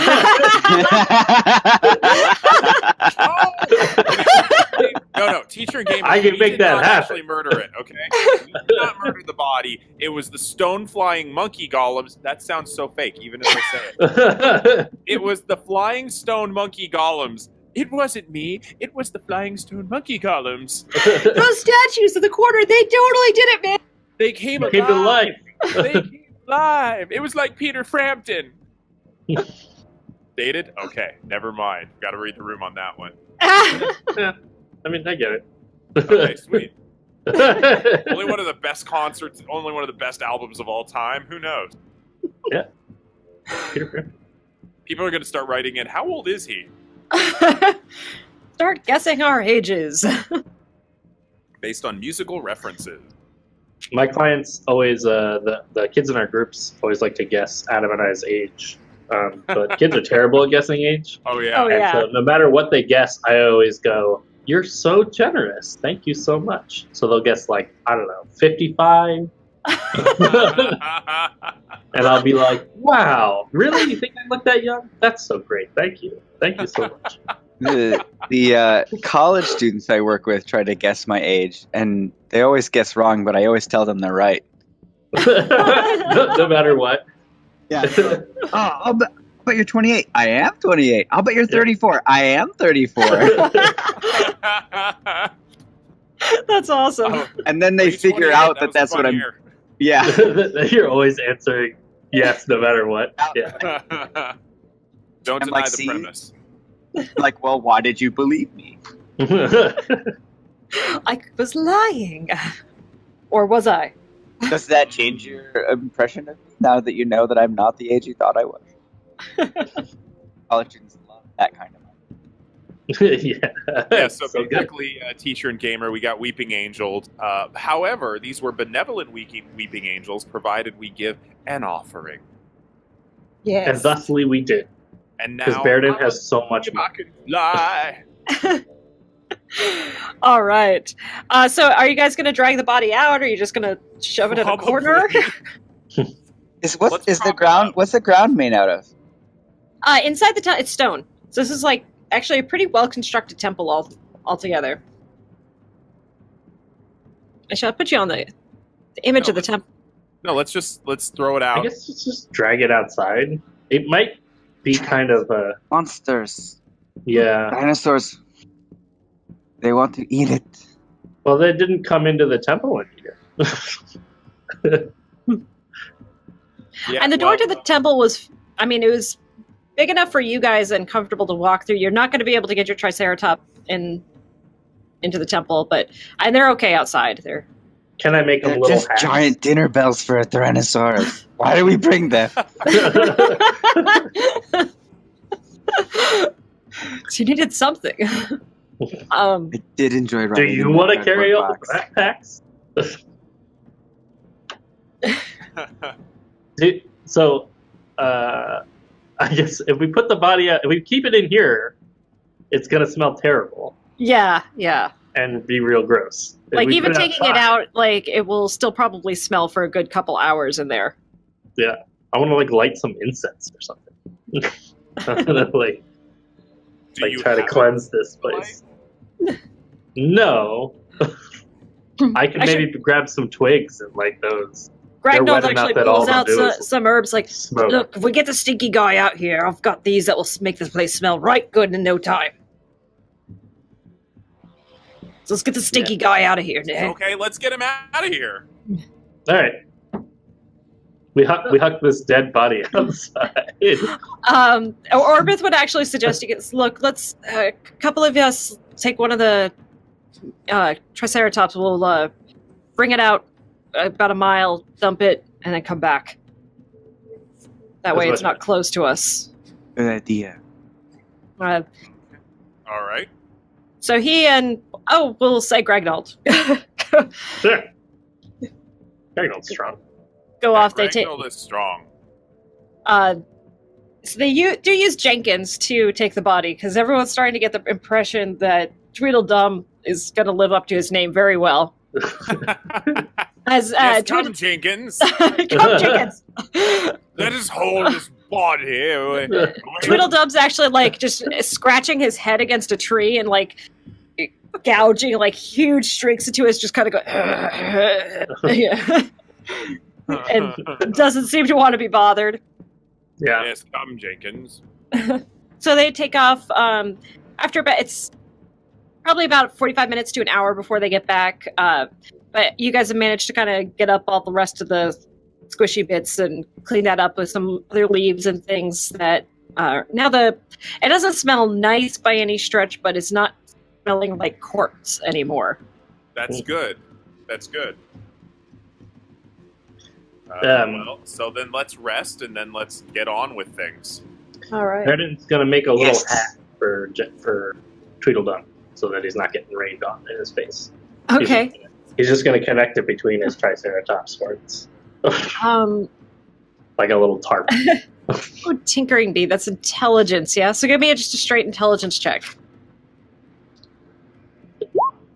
Oh, great.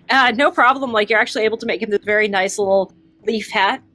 Probably won't last more than the night, because the leaves will start to wilt, but it's keeping the rain off of his face, and he seems to be appreciative of that as he starts munching on some leaves and things that are close by.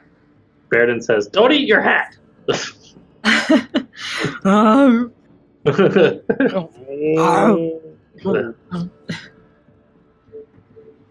Awesome. All right, anything you guys wanted to talk about or go over before we go to the next morning? Xissou, why don't you like this the altar guy? He seems pretty great.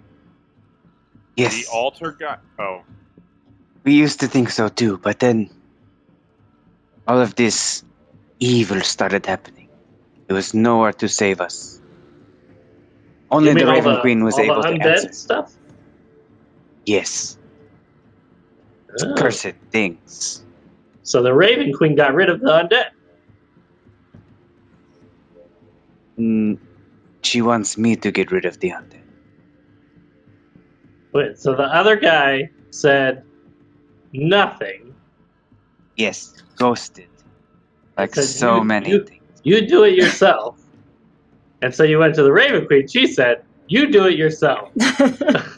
And you thought, that's way better.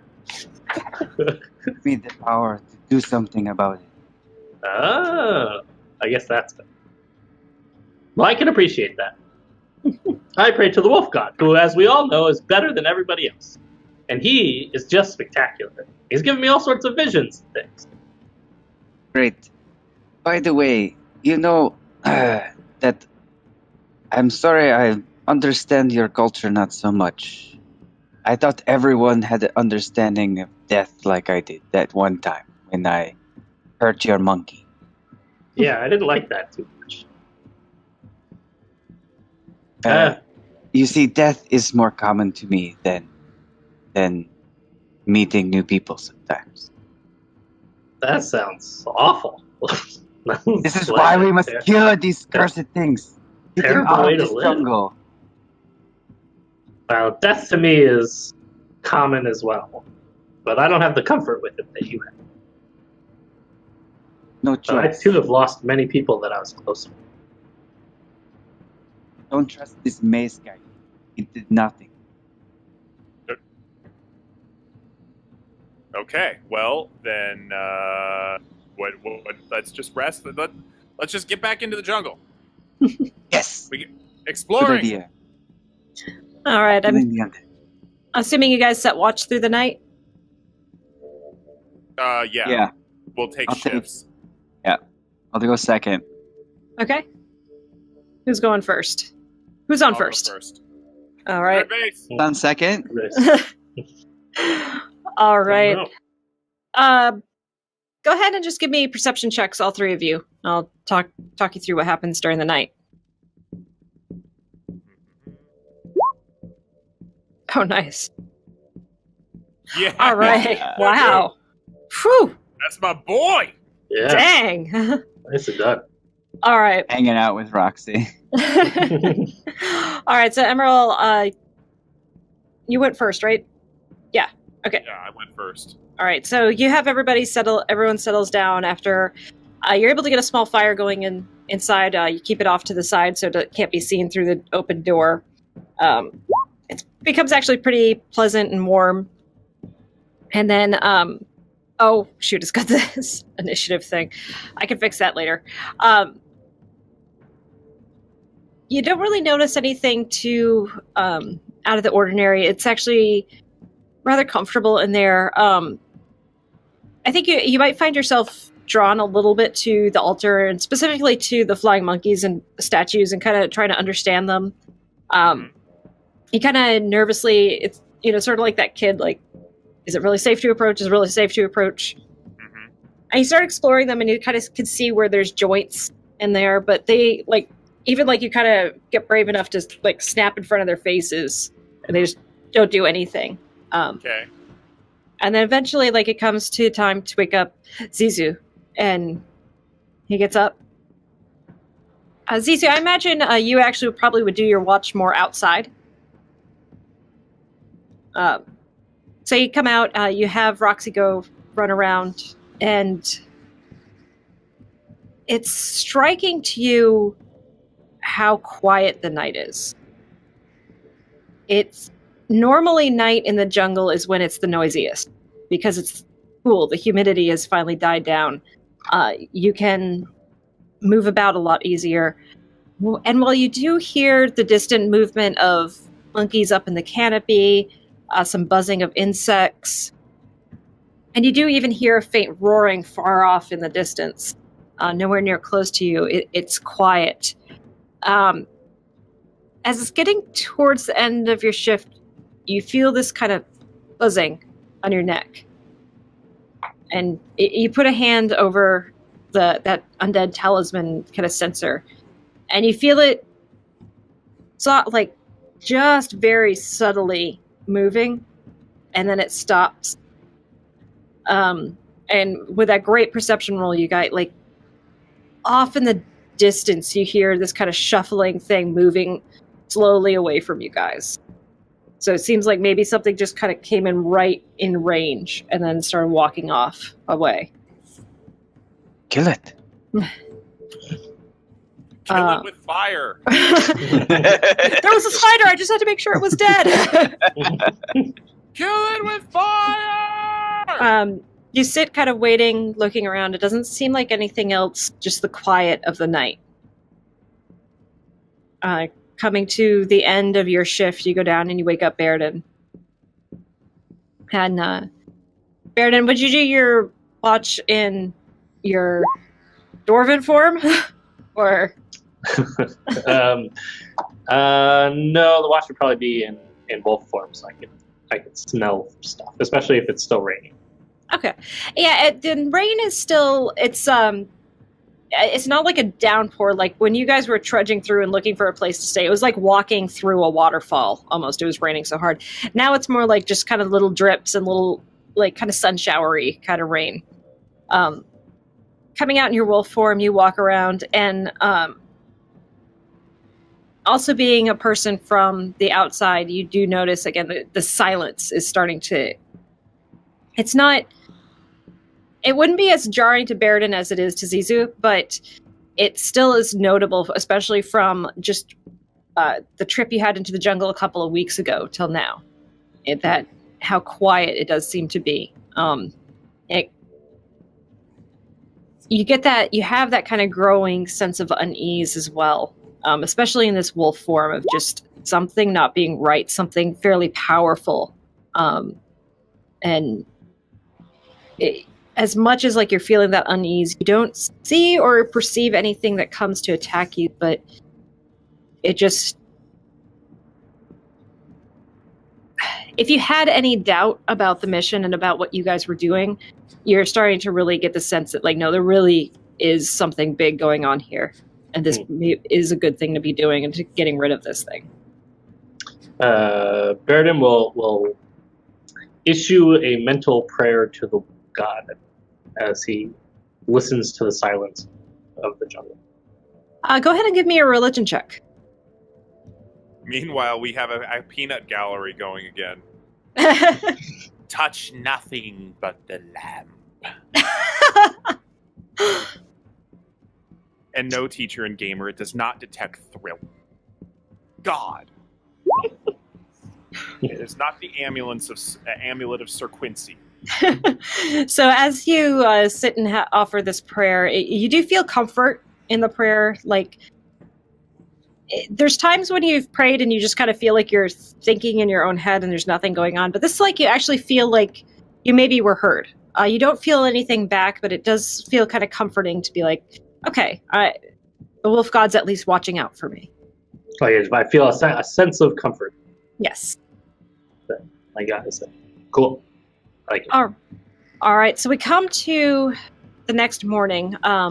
As you guys are getting ready, getting everything loaded up, one of the things that happens is Orbith actually looks and quickly climbs up a tree. So for a really big half-orc, he moves really well and climbs up seemingly without too much difficulties. He gets up top high. He kind of looks around and comes down like, shit. Sorry, guys, it took us a little closer mountain way than I wanted to. I got my bearings, I think, up there. And let me do his roll real quick. I want to make sure we're going on the right way. He gets advantage, though. So, yeah. Right. Let's go. And you guys start heading off into the jungle. I'm assuming, Immeral, you're doing your stealthy up ahead again? Yes, do you want me to roll stealth? Yes, please. Okay. I'd like to send Roxy out.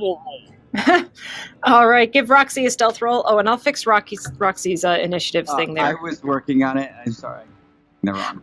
Oh, it's okay. It took me a while to figure out how to fix that, too. It's where you tell it to add dex into a tie. Well, yeah, but I was trying to fix the attacks, and then I kept clicking on initiative instead of save. Sorry. Oh, but no worries. Ability check was nat 20, so... Let me... There we go. Okay. It should be fixed now. All right. So, Immeral, you start walking off, and you are finding the underbrush a little bit more difficult to get through today. Mm-hmm. But Roxy, our little Velociraptor familiar, after a couple of days now being off that ship for a day now, she's got it back into her and just off under the brush, taken off, and nobody seems to see her. Immeral, would you continue still going ahead and scouting out? Yeah, as much as I can, carefully, yeah. Okay, perception checks from both our Velociraptor and Immeral. Okay, that's not bad. I'll go with that. Oh, nice. Whoa, Roxy!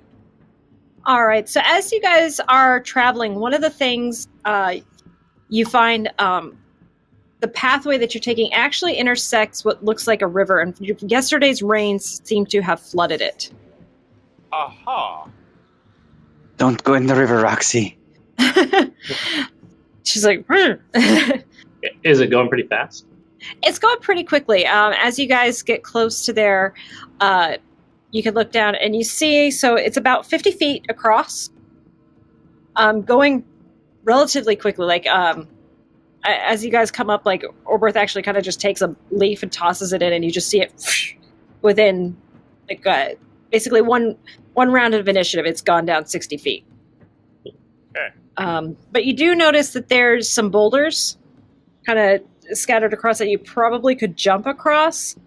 The Triceratops are going to need to swim, so one of the things Orberth's going... We're going to need to get a guide rope onto the other side over there so we can get the Triceratops across. Well, so swimming is needed, huh? Swimming or, if you can... Looks like those boulders aren't too bad if you want to jump across. Well, is there any chance we can tie a piece of rope to an arrow and tightrope across? Could certainly try. Okay. Well, basically, is there anything for an arrow to really stick into on the other side? Any trees I mean, there's lots of trees and... Okay, a substantial enough heft. Baeridin's got to go, and he's going to grab the end of a rope with a hand and jump, and in midair turn into a giant octopus, still holding onto the rope with one of the tentacles, and dive into the water. Ooh, I'm Baeridin. I can turn into an octopus. All right. All right, so what's the octopus swimming speed? 60 feet. 60 feet, okay. Hold on one moment. Yeah, actually, so, and just give me a quick perception check. Oregon Trail with dinosaurs. You have died of Diplodosaurus.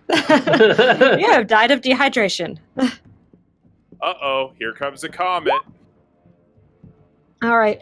As you are swimming across with this rope, you notice 2 giant frogs sitting up about 50 feet, and they start making their way towards you as soon as you entered into the water. But with your octopi swimming speed, you're actually able to get out well before they get there. But seems like they might be taking advantage of the current situation with the river to get some easy food. Current? The So current. do I make it? Do I make it to the other side, or do I hop in and then realize they're there and come back? No, because with your swim speed of it's only 50 feet across, so with a swim speed of 60, like, you dive in and basically, as you're swimming across, you're like, oh, there's frogs here. Yeah, gotcha. Did they see me? Yeah. As soon as you hopped in as soon as there was a disturbance in the water, it looks like that was what they were waiting for. Teacher and gamer might be getting banned. I love puns, but my God. What did you get? Have you no shame? It was wonderful. Hopping mad at you. Hopping mad. Terrible. We And appreciate wonderful. that. Yeah. I'm sad I didn't think of it first. I'm assuming you would come out the other side and be Baeridin, right? I mean, octopus is pretty good, actually. But can I use... would I be able to tie the rope to something so everybody else would be able to have the rope as a guide? Or okay, am I too close to them to really try to do something? So you're going to come out on the bank of the far shore. Mm-hmm. And there's probably like 15 feet away is a suitable tree. But it's all land between you and the tree. Gotcha. There's no good way to do that.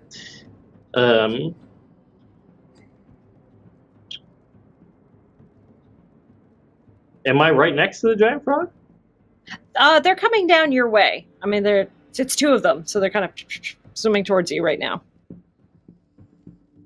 All right. Does MA see the frogs going towards the octopus? Go ahead and roll a perception check. So I'd say with her passive, no. Now, at this point, she wouldn't, because they're swimming under the water, and the current on top is so quickly that they're pretty hard to see. Does Immeral notice? With your passive, yeah, that's even high enough that you would see them as soon as they broke their cover, you start seeing them moving down. Towards the... I actually get my And longbow. Xissou, right? yours is high enough as well.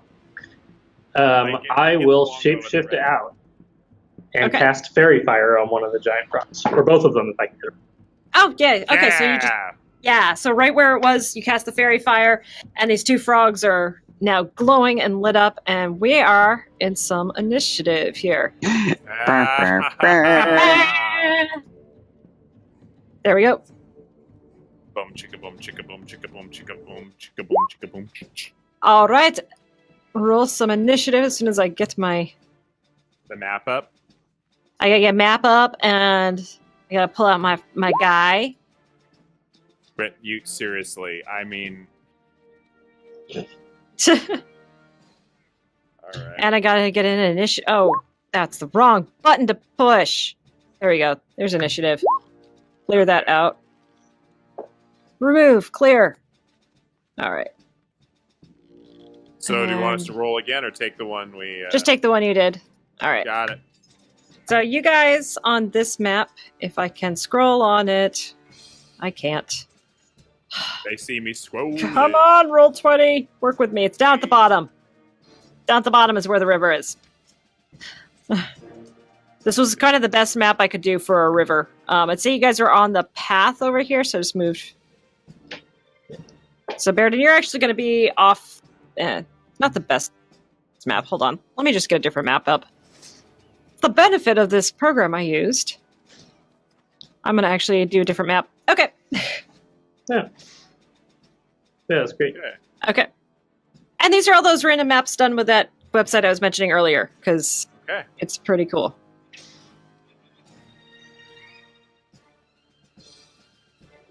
You.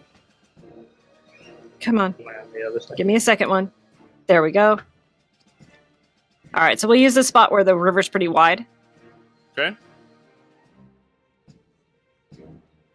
You have a token for Roxy?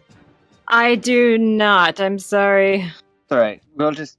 I don't want to use Roxy to attack. Yeah, I figure she probably wouldn't be that great in a water adventure anyway. All right, so they're both more over here, and they have fairy fire on them, so let's give them a little marker for that. Should be...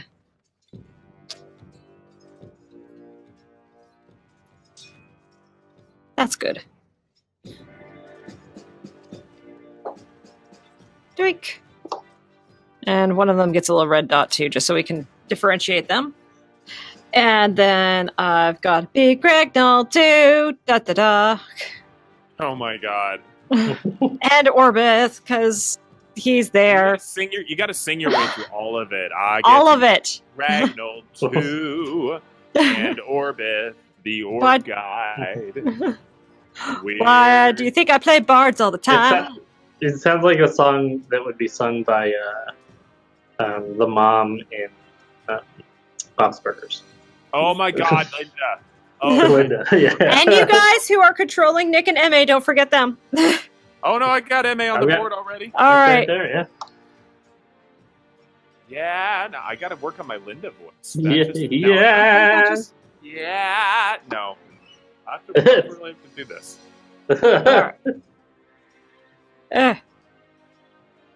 There's a Gragnald. We have approval of the music selection from Teacher and Gamer. Woohoo! Yeah. Woo! All right. Now I can enter everybody into there. All right, let's do this thing. Let's do that hockey.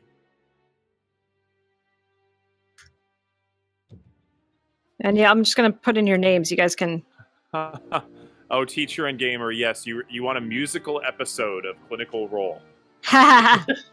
One that doesn't violate copyright. Well, what if We have it's to make up satire? our own song. We'll just have Oh, yeah, to we do could- satire. You can Yeah, do it. You can do it with yeah. satire, as long as we change enough lyrics.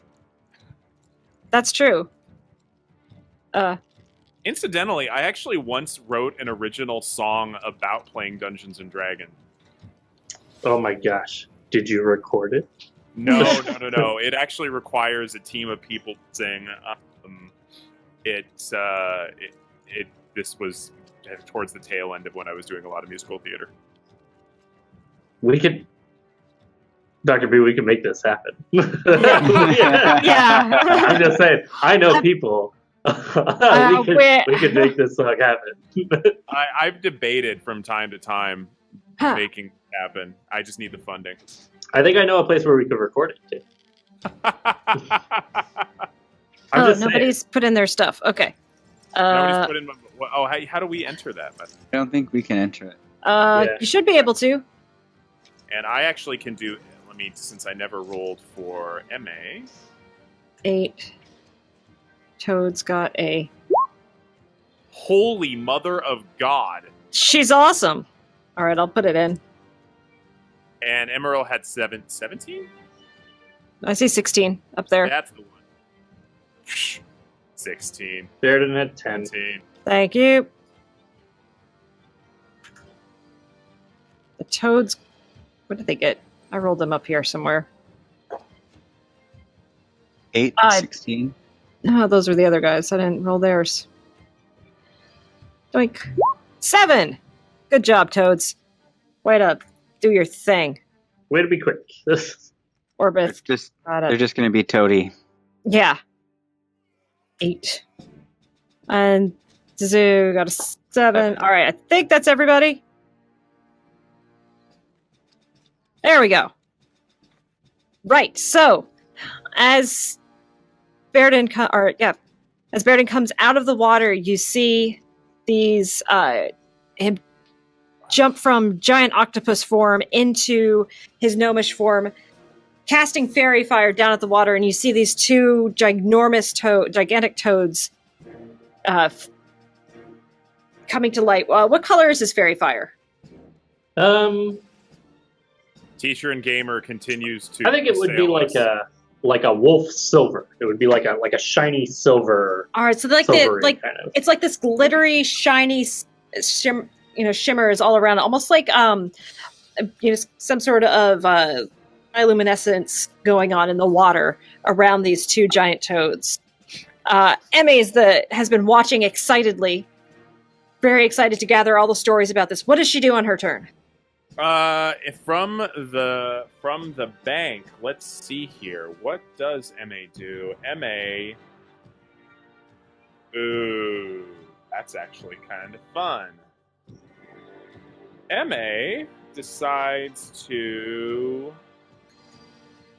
cast Dissonant Whispers on the toads. So she can only cast it on one. A creature. Yeah, on one of them. Okay, the one with the red dot or the one without? Let's go with the red dot toad. We're gonna cast it on the red dot toad. All right, and I do believe that's a wisdom save. That is a wisdom save, and against her LDC. It does not make it. No, it doesn't. All right, roll up that psychic damage. I use this spell all the time in the game I play every week. It is the most OP bard spell there is. It's first level, and if you have allies surrounding the person when they flee, that's attacks of opportunity from everybody else. Oh my god, seriously, that's beautiful. Isn't it gorgeous? And it does psychic damage. 14. Whew! All right. And it instantly has to move. Yep. 5, 10, 15. Oh, gosh, my map's doing something dumb, so. All right. All right, it has to move. Wait, 5, 10, 15, 20, 25. No, it has to move to here. So, Baeridin, if you would like, you get an attack of opportunity as this toad goes by you. You're welcome. Yeah, all right. Not that I'm particularly good with my physical attacks. You're welcome. What can I hit him with? I guess I hit him with my staff. Oh, I have advantage, though. Oh, yeah, because it's got the fairy fire on it. Yeah. The first one hit, so... so 6...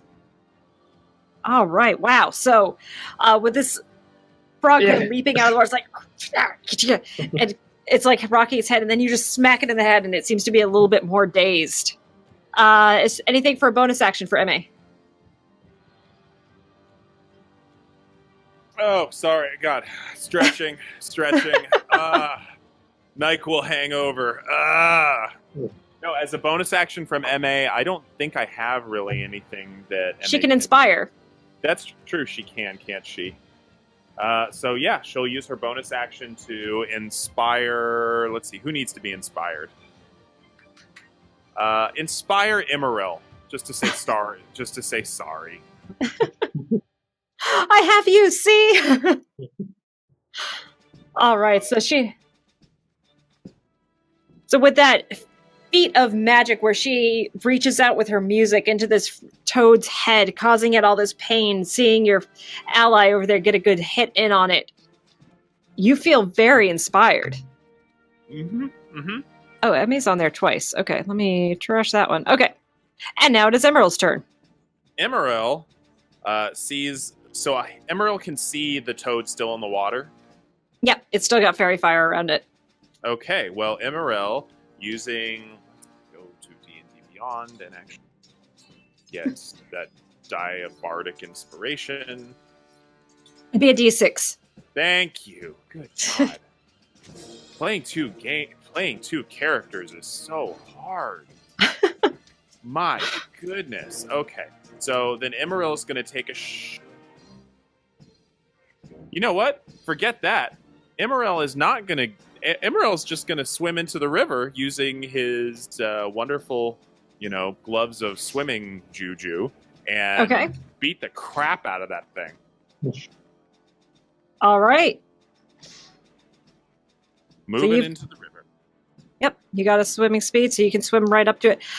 So one thing I'll say is the current is very difficult here, so you are going to need to make an athletics check to. Here's my plan actually. Okay. I'm actually going to run onto this little jetty here. Okay. And try and leap as far as I can, just to get a good. Just jump kick him. Basically, flying jump kick to the face. Yeah, kind of. Okay. Yeah. Okay.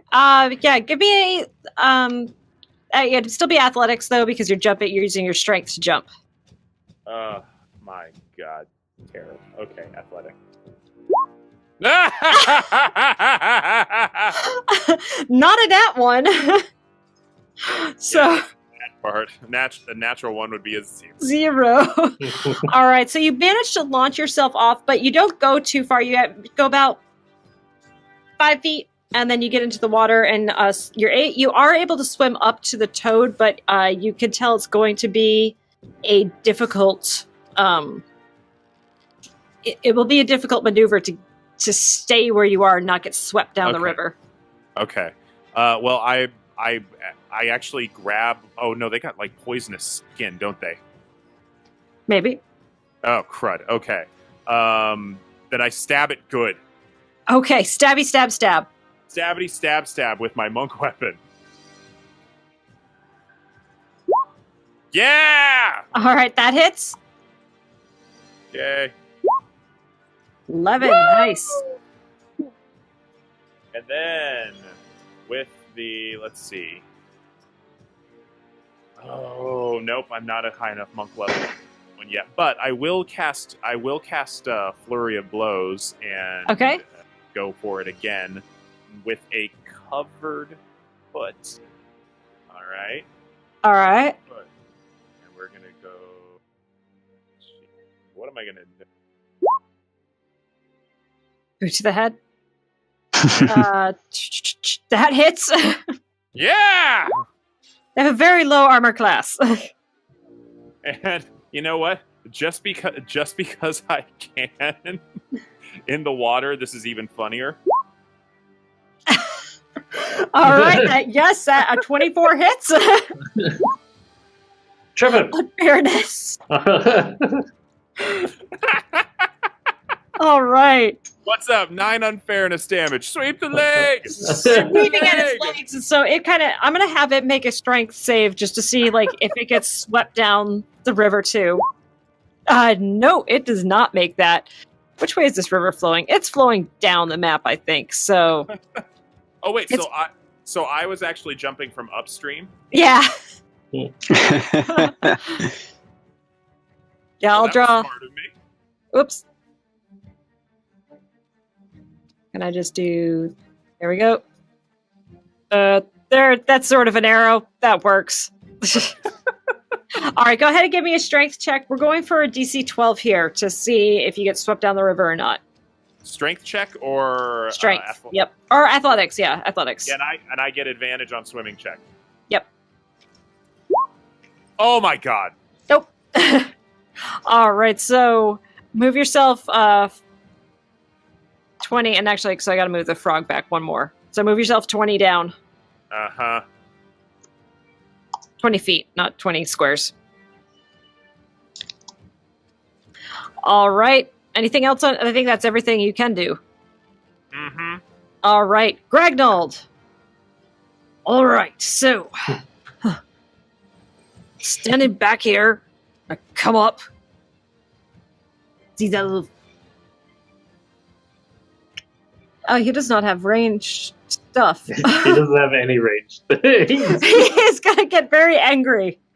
He could throw a rock, maybe. Yes. Throw Yeah, the rock! All right, pick up a rock and just angrily throw it. Yes! That's gonna hit. Hurl the rock! So improvised weapon is always... D4. Isn't it just a D4 Mhm. usually? All right. Does 2 damage to the fleeing. Yes! And with that, it does not look like it's doing well. And he's just, ah! Roar. Baeridin! Do it, Gragnold! Wait a minute. Don't I get... don't I get like a D6 inspiration on damage on that one? No, you can't use inspiration on damage, but for ability checks and things. Yeah. Let's see. I'm in Master. I could shapeshift. Yeah, I'm on the ground. Oh, you know what? Actually, I'm a little worried that, like, people are going to get swept downstream as they're trying to do stuff. Like Immeral, for instance. But he's nowhere near the rope at this point, right? I imagine the rope is sort of across this way. Yeah. So the rope wouldn't really help him anyway. Yeah, because you were swimming up here, so it's with you. Yeah, because I imagine you probably can't... So the rocks we were talking about probably were like this little bit of land and then like a couple rocks here. Yeah, perfect. Okay, well, he can swim. Yeah, I'm going to shapeshift into a... I think I'm going to go brown bear for this guy. All right. Just go. Brown bear. You not nice. My brown bear. Come on. Which, if you ever need to do a quick, fun one-off, I highly suggest Honey Heist. I ran that last weekend. It was hilarious. Okay. And then I will attack him. All right. Attack him! Go for it! Tentacles of Fury! Fortunately, I have to bite it. Nom, nom, Not nom. gonna taste good. That totally hits. I'm going to make 2 attacks. Because I Okay. can make a bite and a claw attack. That hits as well. Awesome. Okay. All right. And so with that, after taking all that psychic damage and just in your bear form, just taking this big chunk out of this frog, it is no more. Yeah. Yeah, it didn't taste very good. Yeah. Ew. Cool. I guess I'll wander back over to them and pick it up with my mouth. All right. So pick it up with your mouth, kind of wander back. All right. Orbith. He's going to go ahead and walk out over here. and he's going to take a couple of he's one shot at that. One shot. Shot. Everybody, Yep. what? Shots. Shots. All right, and that will hit. 7 piercing damage to that one. Yeah, he wouldn't have cast anything. He's not really seeing this as too big of a threat. And that will be his turn. Xissou. I'll chill touch the frog. Oh. Ghastly blue claw.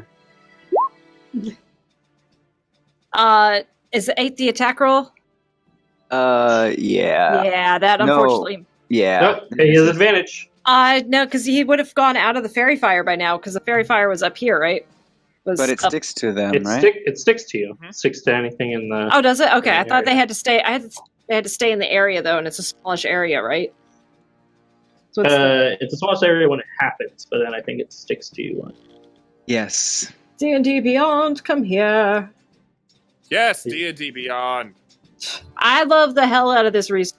Like, I know a lot of people Great resource. complaining about it, but like, holy crap, is it useful? Oh God, as a DM, it's amazing. Oh, that's Yeah. interesting. It doesn't specify. I guess I always. Each pictured it object that in a way. 20-foot cube range is outlined in blue-green.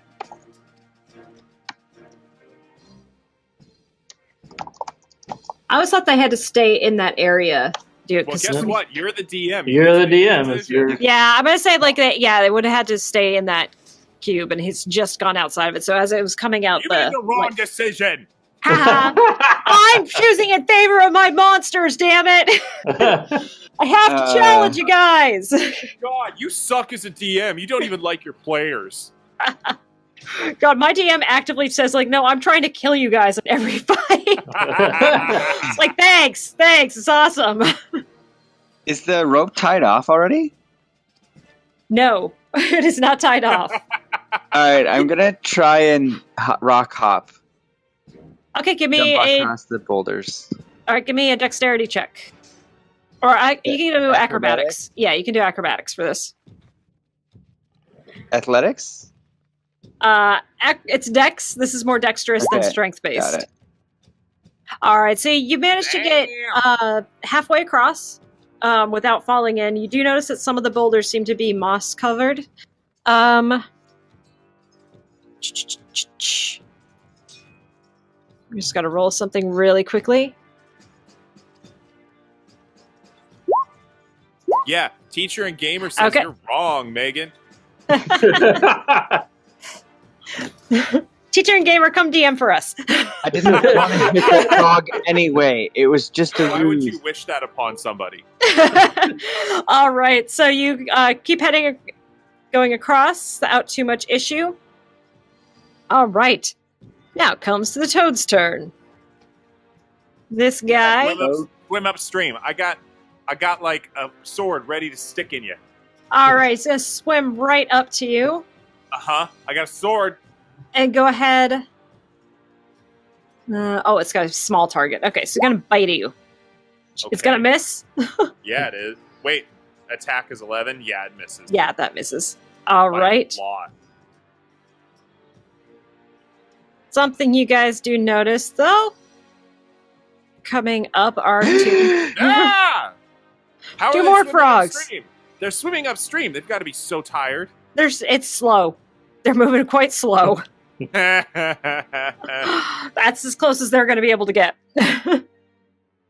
All right, Nick.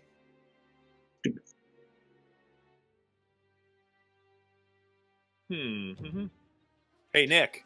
Nick, Adam. Oh, I'm. You're new characters? That's right. Oh, yeah, that other thing that I'm doing this one time. Two characters. Nick has a short. Nick is going to run up next to Gragnold, just so he can get some better view. And he's going to shoot this frog that is in front of Emma. All right. I'm going to color code these two guys.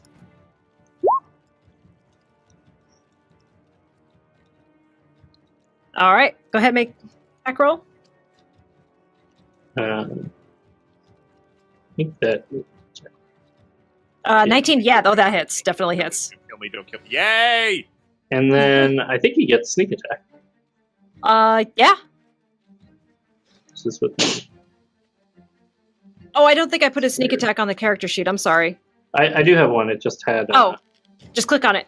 It had the strength factored in. So. Oh, okay. Thank you for fixing that. All right. So Nick comes up in his first move. This. Don't worry, Immeral.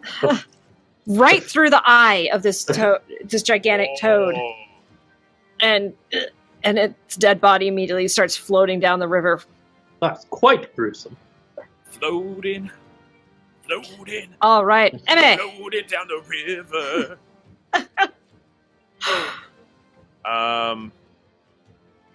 Emma moves 30 feet. Let's see, 1, 2, 3, 4, 5, 6. There we go. 30 feet. And immediately does another. Let's see. God, Dissonant Whispers is just becoming my jam here. Isn't it an awesome spell? That is just such an amazing spell. You know, I'm casting it again, right on Little Boy Blue. Alrighty, go. So it's Wisdom save. Which I'm sure it's gonna fail. Oh! Okay. So I made it. Still takes some Sorry, damage, can't though. hear you. It does. Takes half damage though, so it's 6 damage. But it doesn't have to move away. Aw. But it does still take some damage. Yeah, it does. So she comes forward and kind of plays this melody, and it gets into this frog's head. It's like, shh. But it seems kind of angry, like seeing its frog buddy or toad buddy just get killed. It's like, no, I'm out for blood. Yeah, this is a frog. This isn't a toad. Yeah. Yeah. Immeral, keep going. Yeah. Does Emerald know the difference? He does. Oh, yeah, it's my bonus action for MA. I'm going to try and inspire. Let's see. Who looks like they could use some inspiration? No. Gregfield can't do anything. Xissou. Give it to Xissou. No. Actually, I've only got a few of those. Let's give it to Xissou. Yes, I continue singing for Xissou. Floating on the river. Xissou, you feel inspired. You have a D6 inspiration dice to use, should you need to. Okay, now Immeral's turn. On Immeral's turn, Immeral notices which way the water is going here. Yeah. And Immeral decides, with sword sticking straight out, just to go down the river towards the blue frog. All right, so Using letting the current take him. Go ahead and roll. And I'm actually using it. Yeah, Short sword. What's up? that definitely hits. What? Oh, that's terrible. All right. Yeah. So That is sliding down, terrible. just sliding your sword oh so gently almost into this frog. There you go. It's Just like a little stab. Just a little stab will do ya. Stabby. But you know what? We follow that up with an unarmed attack. Go for it. And we're using my... Oh, no, those things are easy to hit. Yeah. Their AC is 11. Oh, they're easy to hit. Yeah. yeah, that hits. Sure, rub it in. Well, I got to get the sword out of it somehow. Yeah. All right, so boot to the head, you get your sword back. And this one's bleeding and not looking too great. Ah! Right. Your Gregdals sees this, and he's gonna move over next to Orbith here and be like, get him to come at me on land! I can't do anything else! And just stand there frustrated that he doesn't have a ranged attack. Baeridin! Well, I'm still a bear. Can't really do anything there. I'm gonna take the rope and try to tie it around. All right, go ahead and make a dexterity check with your bear stats. Roll for bear. Roll for bear. Roll I'm for gonna go bear over here. No, bear is not great at dexterity. Oh. Yeah, you have the rope in your mouth, and you're just kind of trying to figure this out. You're like,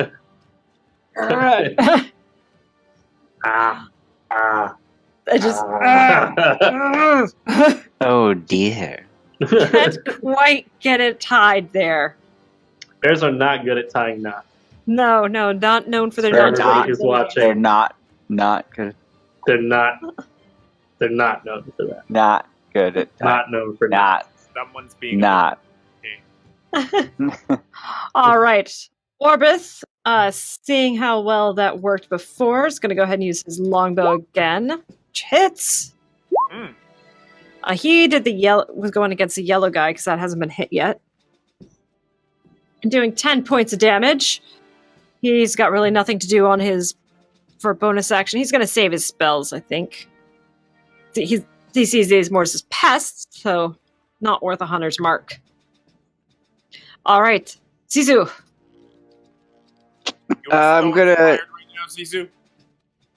I feel so inspired. I'm just gonna chill touch the blue dot one. Alrighty. That hits. Bazinga. All right. And can I continue hopping across the river? Yep, go ahead and give me one more dexterity check to see if you can get across. All right, use your inspiration dice on this one. Yeah. This is where I might need that. Hey! Jesus. Never mind. I'm so inspired, I don't even need it. When the grace of your people, just feline, and also the desire to not be swept away in the water, Freaking tabaxi. you get across to the other side. Here, 3-point landing. Just after that great chill touch. All right, anything else on your turn? Baeridin's going to try to hand you the rope. See this bear with a rope. Or you'll hurt yourself. You take the rope from him. All right, for our froggy toads. Blue guy's going to go ahead and make a bite against Immeral. No. I think that was an 18. Holy crap! And it hits! Hey! Son of a monkey mongering bite. All right, so 7 piercing damage. Yeah, 7 piercing damage just because I got hit. All right, this guy is going to hop up on land. Hey, Gragnald, you And- can decapitate something. Yep. And he's going to go try to bite Gragnald. Oh, which Whoa, actually hits. jeez. Oh, wow. Okay, let me go and These mark frogs that must on. be inspired too.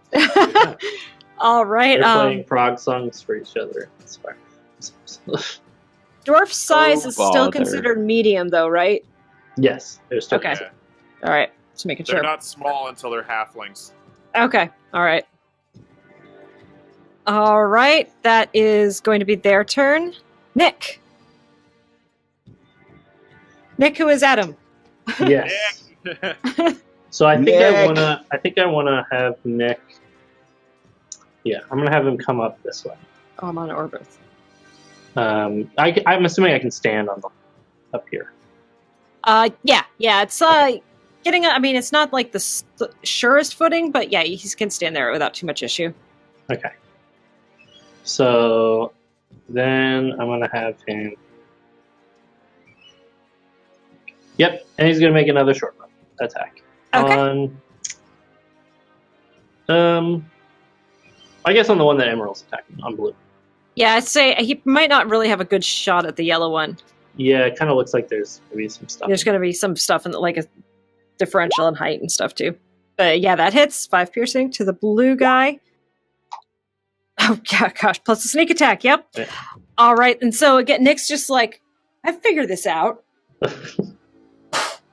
And again, Emerald, you hear this arrow whistle past your ear, and you're getting all set to go ahead and just do another flurry of blows into this thing, as this again right through the eye, and you see the life just They're huge. You can't miss them. leaves this thing as it starts to float away. Bullseye. No. Oh. Frog's eye. Yeah. All right, MA. Well, MA is... MA is actually going into combat here. Yeah. Just Shit, try. 2 swords or two weapons here. Yep. All right. So how does that work? Oh, your ability modifier to the damage of the second attack, and let's see, 3rd level. Oh my goodness! Yeah. Wow. Yeah. This bard is no joke when. Good God. Okay. Yeah. No, I'm using one of my bardic inspirations to cause the weapon to deal extra damage. My God. Okay. Let's do this. Attack number 1. Yeah, that hits. Crit! Plus. Yeah. Plus another 4. Nice. 12 damage. And you know what? We're just coming in with the second weapon. And that hits too. Nice. Okay. All right. MA coming in. Good. But all right, enough magic. Let's just get down to business. And just with this, the way she uses her swords, those of you who are kind of paying attention and looking, you guys maybe thought that, I don't know, she was going to be a bit of a useless addition to the party with her singing and excitement. Suddenly, I see her go into like this artistic dance almost with her swords as she brings one down and then the other, dealing considerable damage to this frog toad thing. Yeah. All right. And now Immeral. Okay, Immeral. Make a quick strength. Actually sees this Yeah. and heads towards shore to help out. Okay, give me a quick strength check just to make sure you don't get pushed downriver for more. Because of my gloves, do I get advantage on this? Yeah. Yep. Okay. Thank God. Hey, you didn't need it. No problem. You're able to swim to shore. Okay. And you know what? Just for kicks. Just for shites and giggles. I'm actually going to use Fist of Unbroken Air. Okay. I'm going to spend 2 key points. I could just strength save, okay? Where'd my frogs go? I have too many character sheets open. That fails. All right. God, that was terrible. failed Rolling on save, 3d10. 3d10. Yeah, Seven. Wow, that is awful, yeah. So 26. Is it moved? And it's knocked back 20 feet. Knocked back 20 feet and knocked prone. All right, so it's knocked back into the water, which gives Gragnold and MA... No. No?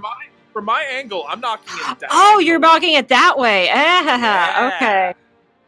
So back that way, but Gragnold and Emily still get attacks of opportunity, which Gragnold is Nice. very excited about. Finish him. Yep, and then we're going, let's see, let's do MA. What's up? All right, so as you push this frog with the... Well, narrate this out for me. Let me hear how he would be doing this. So I think we're going to go out, Avatar, Last Airbender here, and it's very... Actually, you know what? Last Dragon style, because I feel like I got that glow. All right. And just, boom! Fist right in there. Cone of air. And just pushes the blast out with the just cone of air that Immeral just blasts. And from there, MA gets the signal and does a rotating slash with the rapier across its body, trying to disembowel it. Nice. And as she's doing that, she successfully cuts it open and the intestines start flying out as Gragnold does his swing, beheading it. Getting his beheading in for the game.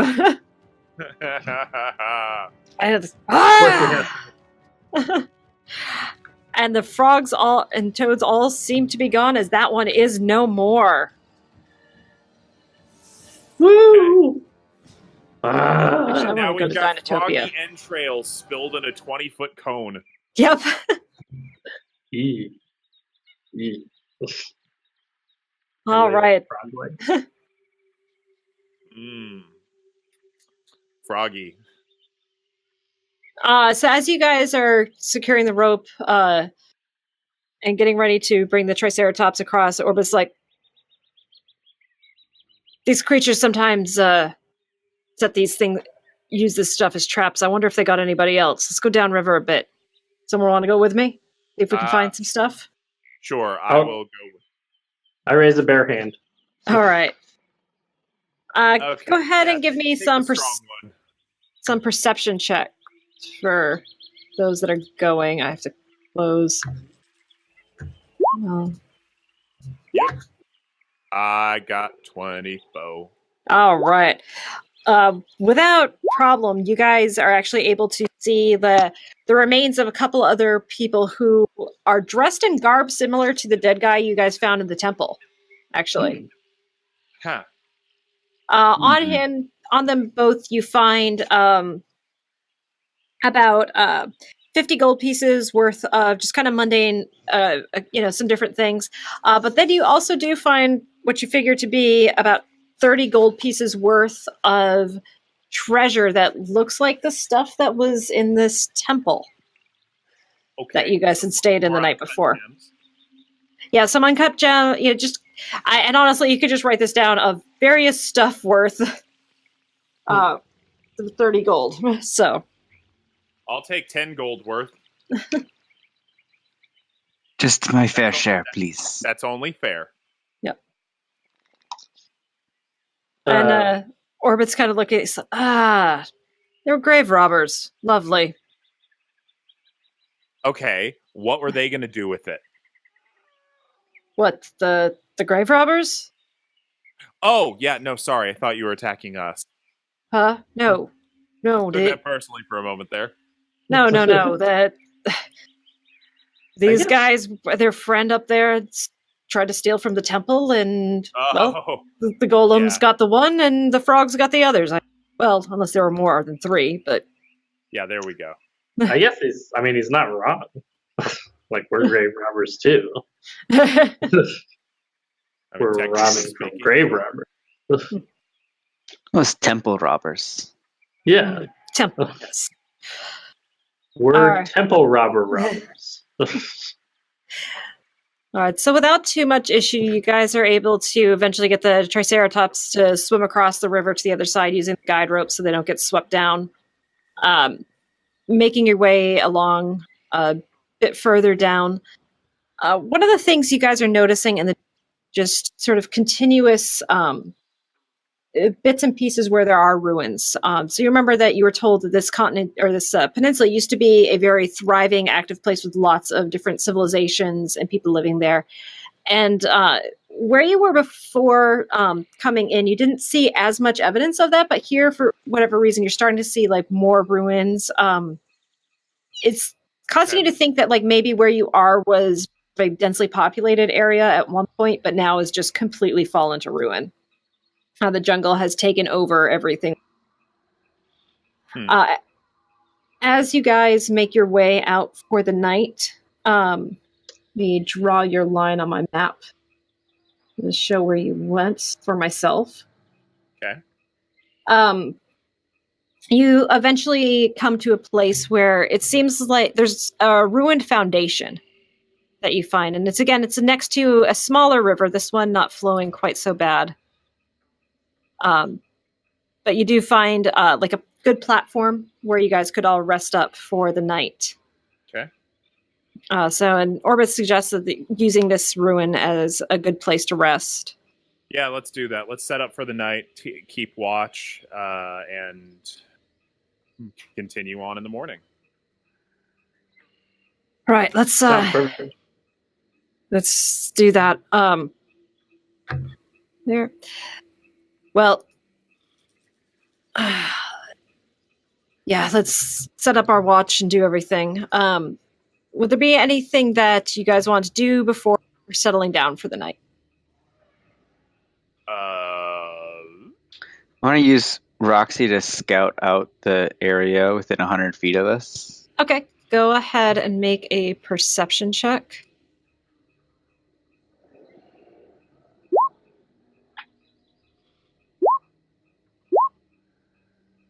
That's some good perception. I am making all my rolls public. I feel like that's important for me to do in this. And she's going out not too far off. She's scouting around, looking around, and she finds evidence of large gorilla-type creatures. As you're looking through her eyes, they don't live on the ground; they live up in the canopy, and so she has to stay on the ground. But she finds, she'll find piles of feces, and discarded bits of discarded food and things. But since she can't go up into the canopy or anything, she doesn't see them, but she definitely sees not too far off evidence that there are some of the gorilla-type creatures living nearby. Okay. Well, that's lovely. We must be careful. Yeah, well, thank you for that. What do we need to be careful of? Probably Large because creatures, of the thingies that are, the gorilla thingies that could be killing us. We live in this area. The forearm. We should set up a perimeter before we make camp. Okay, what do you suggest? Perimeter. Thank you, Xissou. But I feel so much safer now. I feel better. That's Disney again. Damn it. I thought you were going West Side Story. I feel better, so much better. I feel better. I'm going to be healed. Someday you will know that this pain, Dr. B, of having small children and all you know now, kid songs. Adam's going to get there here soon. Uh-huh. Are you kidding me? That's all I knew before we had. Oh, Doc McStuffins, Puffin Rock, Wishing Tree. She was quite literally kidding you. I just love that one scene from Parks and Recreation. Things I miss about not having children: silence, the absence of noise, and a single solitary moment that isn't filled with something called Doc McStuffins. There is no peace anymore, only McStuffin. Yes, that's very true. I will be Ron Swanson once I am a parent. You aren't now? Oh no, I'm Ben. Through and through. That's pretty true. I'm Ben. I aspire to be Ron Swanson, but I'm Ben. Doesn't everybody aspire to be Ron Swanson? I hope so. I do keep the Ron Swanson Pyramid of Greatness somewhere. Pyramid of Greatness is a necessity. Do any of you have food allergies? No, that is correct.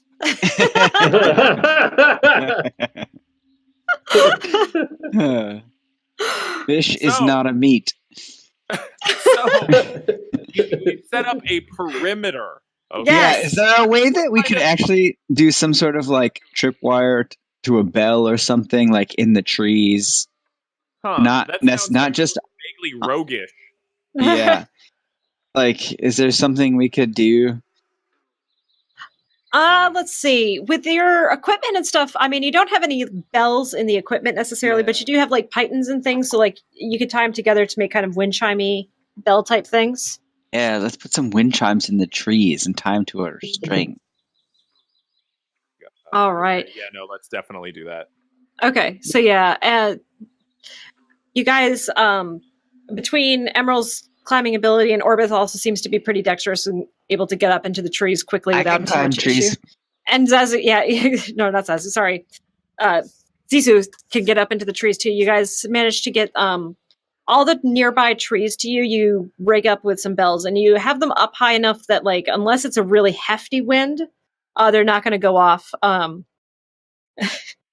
one point, Hobbs does fly up into the tree and start like playing with the tripwire. Useless bastard. So eventually, I'm assuming though, Get him, Baeridin will- Hans! he's just like diggy. Quit being useless. Distract him with Mage Hand. With the mage hand. Are you like holding like a banana or anything in the mage hand? No, I'm just gonna like poke him in the face and like then just get like just out of his reach and He starts playing with the mage hand, and then climbing down. Eventually, everybody Baeridin's settles. gonna make some food while this is going on. While they're setting all this stuff up, he's gonna like, cook some food for the group. All right, so yeah, cook up some food. There's great fresh food and everything for you guys to have. You all eat up. How are we doing the watch for this night? We are going to wrap up here in just a second. I know it's time. So I'll go first. second. All right, Immeral first. What is everyone FF Lover J? Well, are we talking IRL or in the game? Because I'd like to think I'm anything. As we just covered, I'm Ben from Parks and Recreation. At least. For now. For now, I aspire to be Swanson. I'm going to say, go ahead, give me perception checks for the watch. You can have advantage because you have been sort of tipped off with what to watch for. All right, FF Lover, I am a wood elf monk who grew up as a pickpocket. So, a little bit of rogue.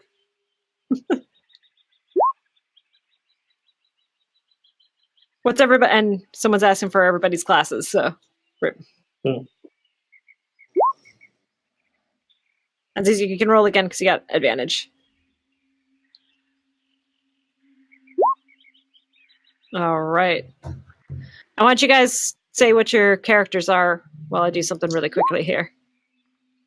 Baeridin is a gnome druid who thinks that he's a dwarf.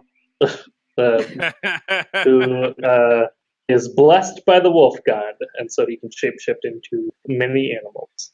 He's also pretty irreverent most of the time. Yeah. All right. And Xissou? Xissou is a tabaxi of the Climbing Vines tribe who made a pact with the Raven Queen to kill those bastard undead. Bastards. All right. And Xissou, during your watch, coming in towards your camp, trying to be stealthy, but setting off some of the alarm bells you all set, you see 3 gigantic white gorilla-type creatures, the Giralon, coming for you guys, making right for your camp. I'm going to try and stealthily wake up Immeral and have Roxy stealthily wake up Baeridin. All right. You guys wake up. What do you tell them? So I tell them both, and Baeridin's gonna see this like little velociraptor like tapping on his face, and then my voice comes out of the velociraptor. and so he hears Xissou's voice like, "Quiet, the gorilla monsters are here." I really kind of want Baeridin to shout, "We're under attack by talking velociraptors!"